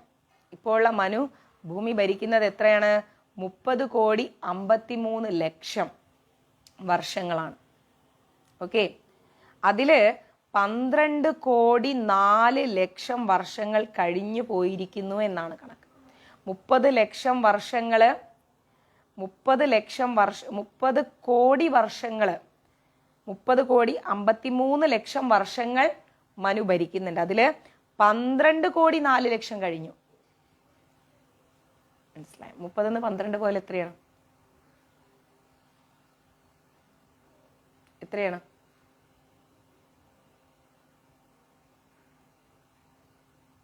ഇനി 18,53,00,000 വർഷങ്ങളുണ്ട്. ഭഗവാൻ തന്റെ ശിഷ്യനായ വിവസ്വാന്, അതായത് സൂര്യദേവന് ഗീത ഉപദേശിച്ചത് മനു ജനിക്കുന്നതിന് മുൻപാണ്. മനുഷ്യവംശത്തിന്റെ പിതാവായിരിക്കുന്ന മനു ജനിക്കുന്നതിന് മുൻപാണ് ഭഗവാൻ സൂര്യദേവന് ഗീത ഉപദേശിച്ചത്. ആ സംഭവം ഏകദേശം 12,04,00,000 വർഷങ്ങൾക്ക് മുൻപാണ്. 12,04,00,000 വർഷങ്ങൾക്ക് മുൻപ്. ആലോചിക്കുക. അങ്ങനെ ഭഗവത്ഗീത മനുഷ്യലോകത്തില് 2 ദശലക്ഷം സംവത്സരങ്ങളായി നിൽക്കുന്നുണ്ട്. മനുഷ്യവംശത്തില് 2 ദശലക്ഷം സംവത്സരങ്ങളായിട്ട് നിൽക്കുന്നുണ്ട്. 5000 വർഷങ്ങൾക്ക് മുൻപ് ഭഗവാൻ അത് വീണ്ടും അർജുനന് ഉപദേശിച്ചു. 5000 വർഷങ്ങൾക്ക് മുമ്പ് ഗീത ഉപദേശിച്ചു എന്ന് പറയുമ്പോൾ നമ്മൾ മനസ്സിലാക്കണം, ഏകദേശം 12 കോടി 2 ലക്ഷം വർഷങ്ങൾക്ക് മുൻപാണ് ഗീതോപദേശം യഥാർത്ഥത്തിൽ സൂര്യദേവന് നടന്നിരിക്കുന്നത്. അതിനുശേഷം 5000 വർഷങ്ങൾക്ക് മുൻപാണ് അർജുനന് വീണ്ടും ഉപദേശിച്ചു കൊടുക്കുന്നത്. ഭഗവത്ഗീതയെയും അപ്പം നമ്മൾ ചിന്തിക്കണം, എന്താ അറിയോ, നമ്മൾ പറയാം 5000 വർഷം മുമ്പാണ് കൃഷ്ണൻ ജീവിച്ചത്, 5000 വർഷം മുമ്പാന്ന് പറയും. അർജുനന് ഗീത ഉപദേശിച്ചു കൊടുത്തതാണ് കൃഷ്ണൻ 5000 വർഷങ്ങൾക്ക് മുമ്പ്. അതിൻ്റെ മുമ്പേ തന്നെ കൃഷ്ണനുണ്ട്. എത്ര 12 കോടി വർഷങ്ങൾക്ക് മുമ്പേ സൂര്യദേവൻ ഉപദേശിച്ചു കൊടുത്തിട്ടുണ്ട്. അപ്പൊ കൃഷ്ണന്റെ കാലം ഒന്ന് ആലോചിച്ച് നോക്കിക്കേ. ഇതൊന്നും മനസ്സിലാക്കാതെയാണ് കുറെ പേര് ഹൈന്ദവത്തെ ചോദ്യം ചെയ്യുന്നത്, അല്ലെ? ഭഗവത്ഗീതയെയും ഗീത ഉപദേശിച്ച കൃഷ്ണനെയും പ്രമാണമാക്കി നോക്കുമ്പോൾ അതിൻ്റെ ചരിത്രം ഏതാണ്ട് വിവസ്വാൻ എന്ന് പറയുന്ന സൂര്യദേവൻ, അങ്ങനെയും ഒരു കോള് മാറിപ്പോയെന്ന്. അപ്പോൾ ഏകദേശം എന്താണ് പറയുന്നത്, ഗീത ഉപദേശിച്ച കൃഷ്ണ ഭഗവാനെയും സൂര്യദേവനെയും ഒക്കെ അടിസ്ഥാനപ്പെടുത്തി നമ്മൾ നോക്കുകയാണെങ്കിൽ ഏതാണ്ട് ചരിത്രം എങ്ങനെയാണെന്നറിയോ? വിവസ്വാൻ എന്ന് പറയുന്ന സൂര്യദേവൻ, അതായത് ഇപ്പത്തെ സൂര്യദേവൻ, സ്വയം ക്ഷത്രിയനായതുകൊണ്ട് സൂര്യകുലജാതരായിരിക്കുന്ന ക്ഷത്രിയരുടെ, അതായത് സൂര്യദേവന്റെ, ആരും മുദ്ര ശ്രദ്ധിക്കുന്നില്ല എന്ന് വെച്ച് കഴിഞ്ഞാ എന്തോന്ന് മുദ്ര. അപ്പോ വിവസ്വാൻ എന്ന് പറയുന്ന സൂര്യദേവൻ ക്ഷത്രിയനായതുകൊണ്ടും സൂര്യദേവന്റെ കുലത്തിൽ ജനിച്ച ക്ഷത്രിയരുടെ ആദി പിതാവായതുകൊണ്ടുമാണ് ഭഗവത്ഗീത സൂര്യദേവൻ ഉപദേശിക്കപ്പെട്ടത്. ഓക്കെ, ഭഗവാൻ ഉപദേശിച്ചത് കൊണ്ട് ഗീത വേദങ്ങളെ പോലെ എന്താണ്, വിശിഷ്ടമാണ്, അപൗരുഷേയമാണ്. അതായത് മനുഷ്യനിർമ്മിതമല്ല ഗീത. ഒരിക്കലും ഒരു മനുഷ്യന് ഗീത നിർമ്മിക്കാൻ കഴിയില്ല, ഗീത എഴുതാൻ കഴിയില്ല. വേദനിർദ്ദേശങ്ങളെ മനുഷ്യവ്യാഖ്യാനങ്ങൾ കൂടാതെ അംഗീകരിക്കുന്നത് പോലെ ഗീതയും ഭൗതിക വ്യാഖ്യാനം കൂടാതെ സ്വീകരിക്കണം. മനസ്സിലായില്ലേ? എന്താണ് ഗീത? എന്താ പറയേണ്ടത്? ഭഗവാൻ ഉപദേശിച്ചത് കൊണ്ട് അതൊരു മനുഷ്യനിർമ്മിതമല്ല. നമ്മൾ എന്തെല്ലാം വേദങ്ങൾ ഉൾക്കൊള്ളുന്നോ അതിൻ്റെ മുകളിൽ ഗീത ഉൾക്കൊള്ളണം. കാരണം ഗീത ഭഗവാൻ പറഞ്ഞതാണ്. ഭൗതികവാദികൾ തങ്ങളുടെ വഴിക്ക് ഗീതയെ വ്യാഖ്യാനിക്കാറുണ്ട്, ശരിയല്ലേ? ഭൗതികപരമായിരിക്കുന്ന കുറേ ആൾക്കാർ ഗീതയെ അങ്ങനെയാണ് ഗീത, ഇങ്ങനെയാണ് ഗീതയിൽ അത് പറയുന്നത്, ഗീതയിൽ എവിടെയാ പറഞ്ഞത് നോൺ വെജ് കഴിക്കരുത്, ഇങ്ങനെയൊക്കെ ചോദിച്ച് ഭയങ്കര വർത്താനം പറയാറുണ്ട്. തെറ്റാണ്. ഭൗതികവാദികൾ അറിയില്ലെങ്കിൽ മിണ്ടാണ്ടിരിക്കുക, അറിയുന്ന സബ്ജക്റ്റിനെ കുറിച്ച് മാത്രം സംസാരിക്കുക. എന്നാൽ ഭഗവത്ഗീതയുടെ സത്ത അതിലില്ല. ഈ ഗീതയിൽ ഭഗവത്ഗീതയുടെ യഥാർത്ഥ സത്ത എന്താന്നുള്ളതില്ല. ശിഷ്യ പരമ്പര പ്രകാരം കൈവന്ന ഗീത അതേപടി സ്വീകരിക്കണം. നമ്മളിപ്പോൾ പഠിക്കുന്ന ഗീത എന്ന് പറഞ്ഞാൽ ഗുരുശിഷ്യ പരമ്പര വഴി വന്നതാണ്, മധ്വാചാര്യ സമ്പ്രദായത്തിലൂടെ നമുക്ക് വന്നതാണ്. ശിഷ്യപരമ്പര പ്രകാരം കൈവന്ന ഗീത നമ്മൾ അതേപോലെ സ്വീകരിച്ച്, എന്താ പറയുക, ഇവിടെ പറഞ്ഞതുപോലെ ഗീത ശ്രീ ഭഗവാൻ സൂര്യദേവനും സൂര്യൻ മനുവിനും മനു ഇക്ഷാകുവിനും തുടർന്ന് പറഞ്ഞു കൊടുത്തതായിട്ട് ഇങ്ങനെ പോകുന്നുണ്ട്, ഉപദേശിച്ചതായിട്ട് മനസ്സിലാക്കാൻ പറ്റും. Okay, clear? 1:58 ഒരുപാട് ലേറ്റായില്ലേ? നിങ്ങൾക്ക് ആകെ ഒരു സൺഡേ അല്ലേ ഉള്ളൂ. അപ്പം നമ്മൾ എന്ത് ചെയ്യണം? ഗീത നമ്മളെപ്പോഴും മനസ്സിലാക്കേണ്ട ഒരു രീതിയുണ്ട്. ആ രീതിക്കനുസരിച്ച് ഗീത മനസ്സിലാക്കിയാൽ നമുക്ക് എന്തായി? ഭഗവാനുമായി നമുക്ക് അടുക്കാൻ പറ്റും. അതർവൈസ് നമുക്ക് അടുക്കാൻ പറ്റില്ല, ഒരിക്കലും അടുക്കാൻ പറ്റില്ല. ഗീത നമ്മൾ വിചാരിക്കുന്നത് പോലെ സിമ്പിൾ അല്ല. ഭഗവാൻ ഒരുപാട് ചിന്തിച്ച്, ഭഗവാൻ മനുഷ്യകുലത്തെ രക്ഷിക്കാൻ, ഒരു മനുഷ്യൻ എങ്ങനെ ജീവിക്കണം എന്ന് മനസ്സിലാക്കി കൊടുക്കാൻ വേണ്ടി മാത്രം ഭഗവാൻ പറഞ്ഞ ഒരു അതീന്ദ്രിയ രഹസ്യമാണ് ഗീത. ആ ഗീതയുടെ ഒരു പേജ് ആര് വായിച്ചാലും, നമ്മളൊരു പേജ് എടുത്ത് പല പ്രാവശ്യം വായിച്ചാൽ പല പ്രാവശ്യം നമുക്ക് പല പല പല പല അർത്ഥങ്ങളാണ് മനസ്സിലാവുക. ഒരു പ്രാവശ്യം കൊണ്ടൊന്നും അർത്ഥം മനസ്സിലാവില്ല. മനസ്സിലാവുന്നുണ്ടോ? 7 ദിവസം കൊണ്ട് പോയിട്ട് 7 ജന്മം കൊണ്ട് പഠിച്ചു തീർക്കാൻ കഴിയില്ല ഗീത. ആ ഗുരുവായൂരപ്പൻ്റെ തിരുനടയിൽ പോയിരുന്ന ഗീത വായിക്കാൻ കിട്ടുന്ന ഒരവസരവും നമ്മൾ പാഴാക്കരുത്. ഒരവസരവും പാഴാക്കരുത്. എപ്പോഴും നമ്മൾ എന്ത് ചെയ്യണമെന്നറിയോ? ഗീത പഠിക്കണം എന്ന് ഉദ്ദേശിക്കുന്നുണ്ടെങ്കിൽ നമ്മൾ ഭഗവാനോട് ആദ്യം അനുമതി വാങ്ങണം. ഭഗവാനോട് അനുമതി വാങ്ങിച്ചിട്ട് വേണം ഗീത പഠിക്കാൻ. അതർവൈസ് ഗീത പഠിക്കുന്നതിൽ അർത്ഥമില്ല. മനസ്സിലാവുന്നുണ്ടോ? ഒരിക്കലും അങ്ങനെ നമ്മൾ ഗീത പഠിക്കാൻ പോയിട്ട് കാര്യമില്ല. ഞാൻ പലയിടത്തും കണ്ടിട്ടുണ്ട് ഗീതാ പഠനം 7 ദിവസം കൊണ്ട്, ഗീതാ പഠനം 10 ദിവസം കൊണ്ട്. ഇതൊക്കെ വെറും എനിക്ക് ചിന്തിക്കാൻ പറ്റില്ല. കാരണം നമ്മളിപ്പോൾ ഒരു ബുക്ക് വായിച്ചാലും വായിച്ചില്ലെങ്കിലും നമുക്ക് മനസ്സിലാവും അതിൻ്റെ ചില കാര്യങ്ങൾ. പക്ഷേ ഗീത അങ്ങനെയല്ല. ഗീത മനസ്സിരുത്തി വായിക്കണം, എന്നാൽ മാത്രമേ മനസ്സിലാവും. ഓക്കെ, അപ്പം നമ്മുടെ ഭഗവത്ഗീത